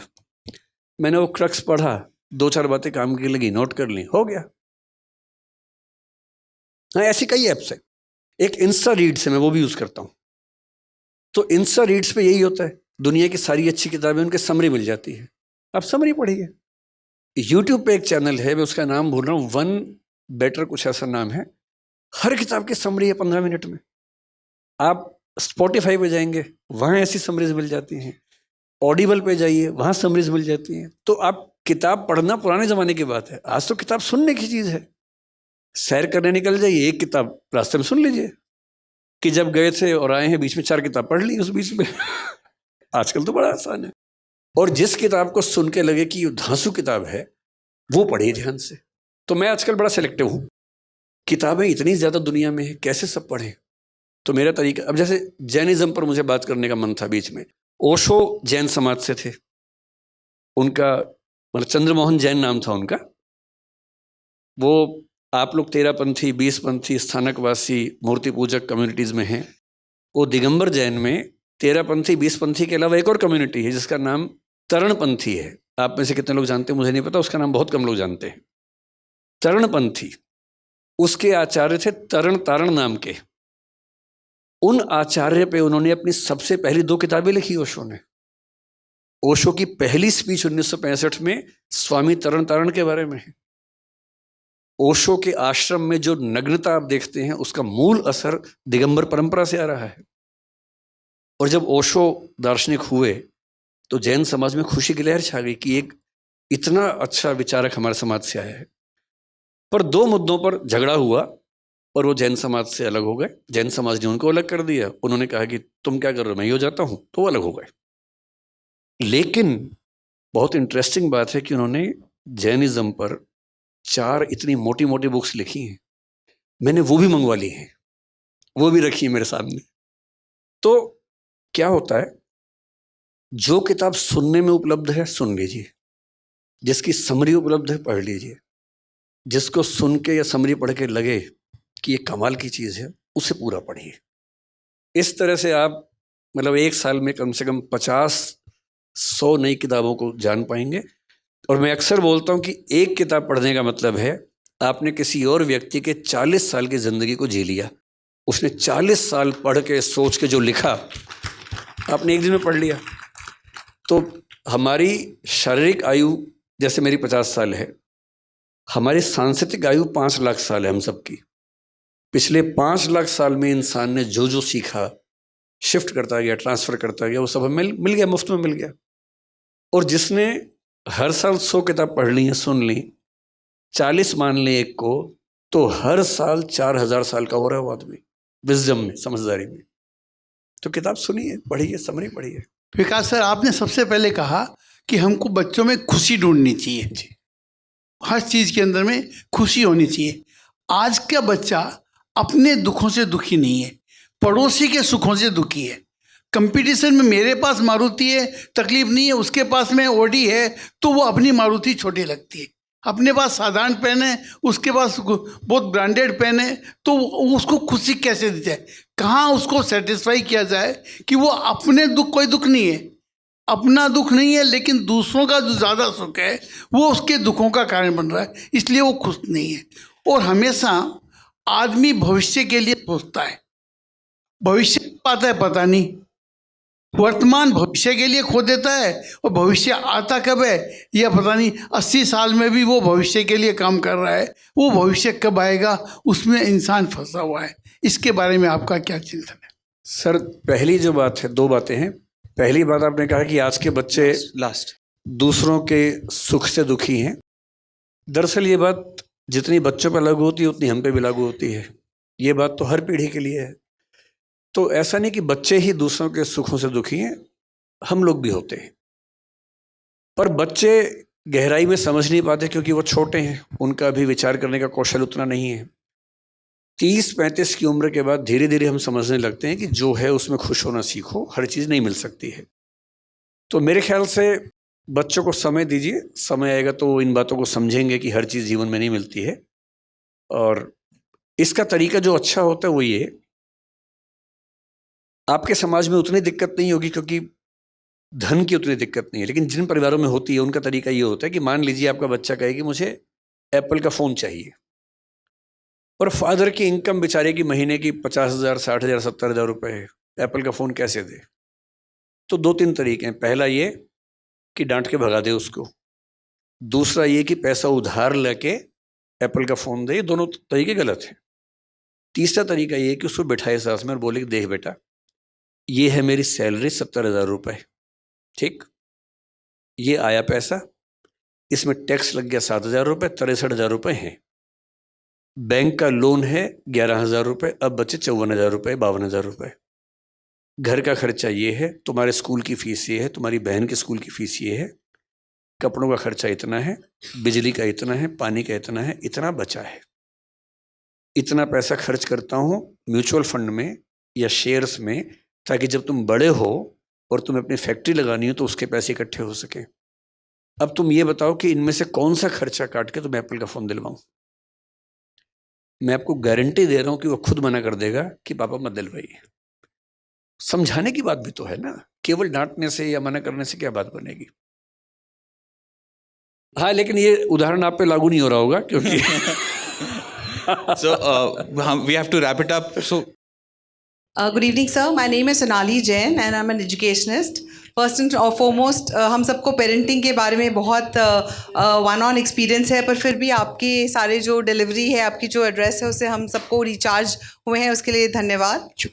I just want to bring to everybody's notice a little bit more serious topic which I as an educationist also face, and that is the aggravation of depression, anxiety and even suicide in the students. तो ये जो हम specially अगर UPSC का नाम सुनते हैं और कोटा का नाम सुनते हैं तो सबसे पहले ऑफ कोर्स आईपीएस आईएएस से ख्याल तो आते ही हैं, and gratitude to all of that, but suicide के केसेस बढ़ते जा रहे हैं, ना केवल वहाँ, यहाँ दिल्ली में भी, बड़े शहरों में भी, छोटे शहरों में भी. सो इसका क्या कारण है? Is it because the children of today, the generation of today is less resilient, उनमें सहनशीलता की कमी है, या हम पेरेंट्स की कमी है कि हमें इंस्टेंट ग्रैटिफिकेशन उनको देते हैं और उन्हें एज आपने कहा स्ट्रगल से गुजरने नहीं देते, या फिर हमारा जो समाज है वो अभी भी पिछड़े हुए समाजों में ही है जहाँ पे कंपटीशन इतना ज़्यादा है and survival of the fittest की पोजीशन आ गई है, जहाँ लाखों करोड़ों सीट्स लोग हैं लेकिन सीट्स खाली 100 या 200 अवेलेबल है. So what is your take on it, and how can we get rid of the situation or at least bring it into control as parents? Thank you. Suicide क्यों होता है इसका जवाब कुछ लोगों ने बहुत रिसर्च करके दिया हुआ है, मैं उसी को थोड़ा ब्रीफ कर देता हूँ. आपने कहा कि हमारा समाज पिछड़ा हुआ है, तो बहुत इंटरेस्टिंग बात यह है कि पिछड़े हुए समाजों में सुसाइड्स नहीं होते हैं. आप किसी ट्राइबल सोसाइटी में सुसाइड कभी नहीं सुनेंगे. यहाँ तक कि अगर आप सुसाइड को स्टडी करेंगी तो आप पाएंगे कि जैन समाज में बाकी समाजों की तुलना में कम सुसाइड्स होते होंगे. इसके साथ साथ मुस्लिम्स में काफ़ी कम होते होंगे. एक मैक्स वेबर नाम के बहुत प्रसिद्ध सोशियोलॉजिस्ट हुए, उन्होंने स्टडी किया, एमिल डर्कहाइम ने किया, 26,000 सुसाइड केसेस को स्टडी किया निष्कर्ष निकालने के लिए कि सुसाइड क्यों होता है. और इंटरेस्टिंग बात है, जो जजमेंट था उसमें एक ये था कि दबाव रहे तो सुसाइड कम होता है, ना रहे तो ज़्यादा होता है. जो फैमिली में है, बेशक फैमिली ठीक ना हो तो सुसाइड होने की संभावना कम है, अकेला है तो ज़्यादा है, प्रोटेस्टेंट है तो ज़्यादा संभावना है, कैथोलिक है तो कम संभावना है. ऐसे कई उन्होंने रिजल्ट्स निकाले.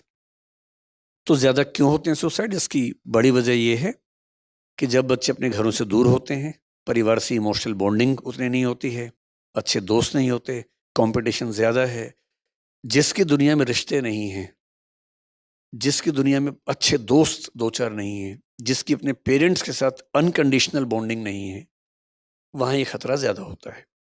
इसलिए कुछ लोग कहते हैं कि माँ बाप की भूमिका क्या है. उनमें से एक को, आमतौर पे माँ को अनकंडीशनल लव देना चाहिए और एक को, आमतौर पे पिता को, कंडीशनल लव देना चाहिए. कंडीशनल लव का मतलब है रिस्ट्रिक्शन के साथ कि बेटा ये करोगे तो प्यार मिलेगा, नहीं तो नहीं मिलेगा, ये नहीं करोगे तो ठीक नहीं होगा. बच्चा कुछ कर दे तो उसको प्यार किया, शाबाशी दी, सब कुछ दिया, ताकि बच्चे को ये आदत हो कि सब चीज़ें मुफ्त में नहीं है, मुझे भी कुछ परफॉर्म करना होगा. और माँ की तरफ से उसको ये भरोसा हो कि कुछ भी बिगड़ जाए ये तो है ही मेरे साथ. तो एक अनकंडीशनल लव, ताकि कुछ भी दिक्कत आ जाए तो उसको पता है कि एक सहारा है, और दूसरा व्यक्ति हल्का हल्का तनाव देता रहे, स्ट्रगल देता रहे, ताकि बच्चा आगे भी तो बढ़े. दोनों काम करने हैं. मैं दावे से कह रहा हूं कि जिन घरों में बच्चे और माँ बाप ठीक से बात कर लेते हैं वहाँ सुसाइड नहीं होते. जिस बच्चे के साथ दो बढ़िया दोस्त हैं वहाँ सुसाइड कभी नहीं होगा. एक वीडियो कोरोना में बहुत पॉपुलर हुआ था, आपने भी देखा होगा व्हाट्सएप पे. मैं चाहता हूँ कि कभी ऐसा मेरे परिवार में हो, हालांकि चांस कम लग रहा है मुझे. क्या वीडियो है? एक सिख फैमिली है, पिता बीमार है, बिस्तर पे लेटा हुआ हॉस्पिटल में. उसको खुश करने के लिए उसकी बेटी, बेटा, पत्नी और माँ डांस कर रहे हैं म्यूजिक पे. और मैं सोच रहा हूँ कितना सुंदर परिवार है. घर में एक व्यक्ति बीमार है, उसकी बेटी, बेटा, पत्नी और उसकी माँ जिसकी उम्र 80 साल के आसपास है, वो सब भंगड़ा डांस कर रहे हैं ताकि वो बेड पे लेटे लेटे खुश हो और वो हंस रहे साथ साथ. इतनी अच्छी इमोशनल बॉन्डिंग किसी परिवार में होगी ना तो सुसाइड नहीं होगा. तो मैं आपसे जो कहना चाहूँगा, हमारे बच्चे ऐसा ना करें. सिंपल तरीका है, दिन में एक बार बच्चे से प्यार से बात करनी है, उसकी हर बात को सुन लेना है. अगर आपका बच्चा अपनी खराब से खराब बात आपको बता पा रहा है और आप बिना जजमेंटल हुए कह पा रहे हैं, बेटा इस उम्र में होता है, ध्यान रखना, कोई बात नहीं, हमारे साथ भी हुआ था, ठीक हो जाता है, डरना मत, हम तो हैं ना साथ में, चिंता मत करना, कभी कुछ नहीं होगा. Thank you, Dr. Vikas Divyakeerti ji. So now I want to call Youth Chairman Pramod Jain to say a few words. सबसे पहले तो मैं चाहूँगा कि विकास दिवित कीर्ति सर के लिए एक बहुत ज़ोरदार तालियां हो जाए, क्योंकि सर आज जब मैं यहाँ पे आया था तो मुझे उम्मीद नहीं थी कि मुझे एक पेरेंटिंग सेशन मिलेगा. सो थैंक यू सर, आप आए and we had a wonderful session. I am sure everyone is gonna take a lot of gyan from here, young parents, even old parents for that matter. I also want to thank all the officers who have come here. Thank you for joining us.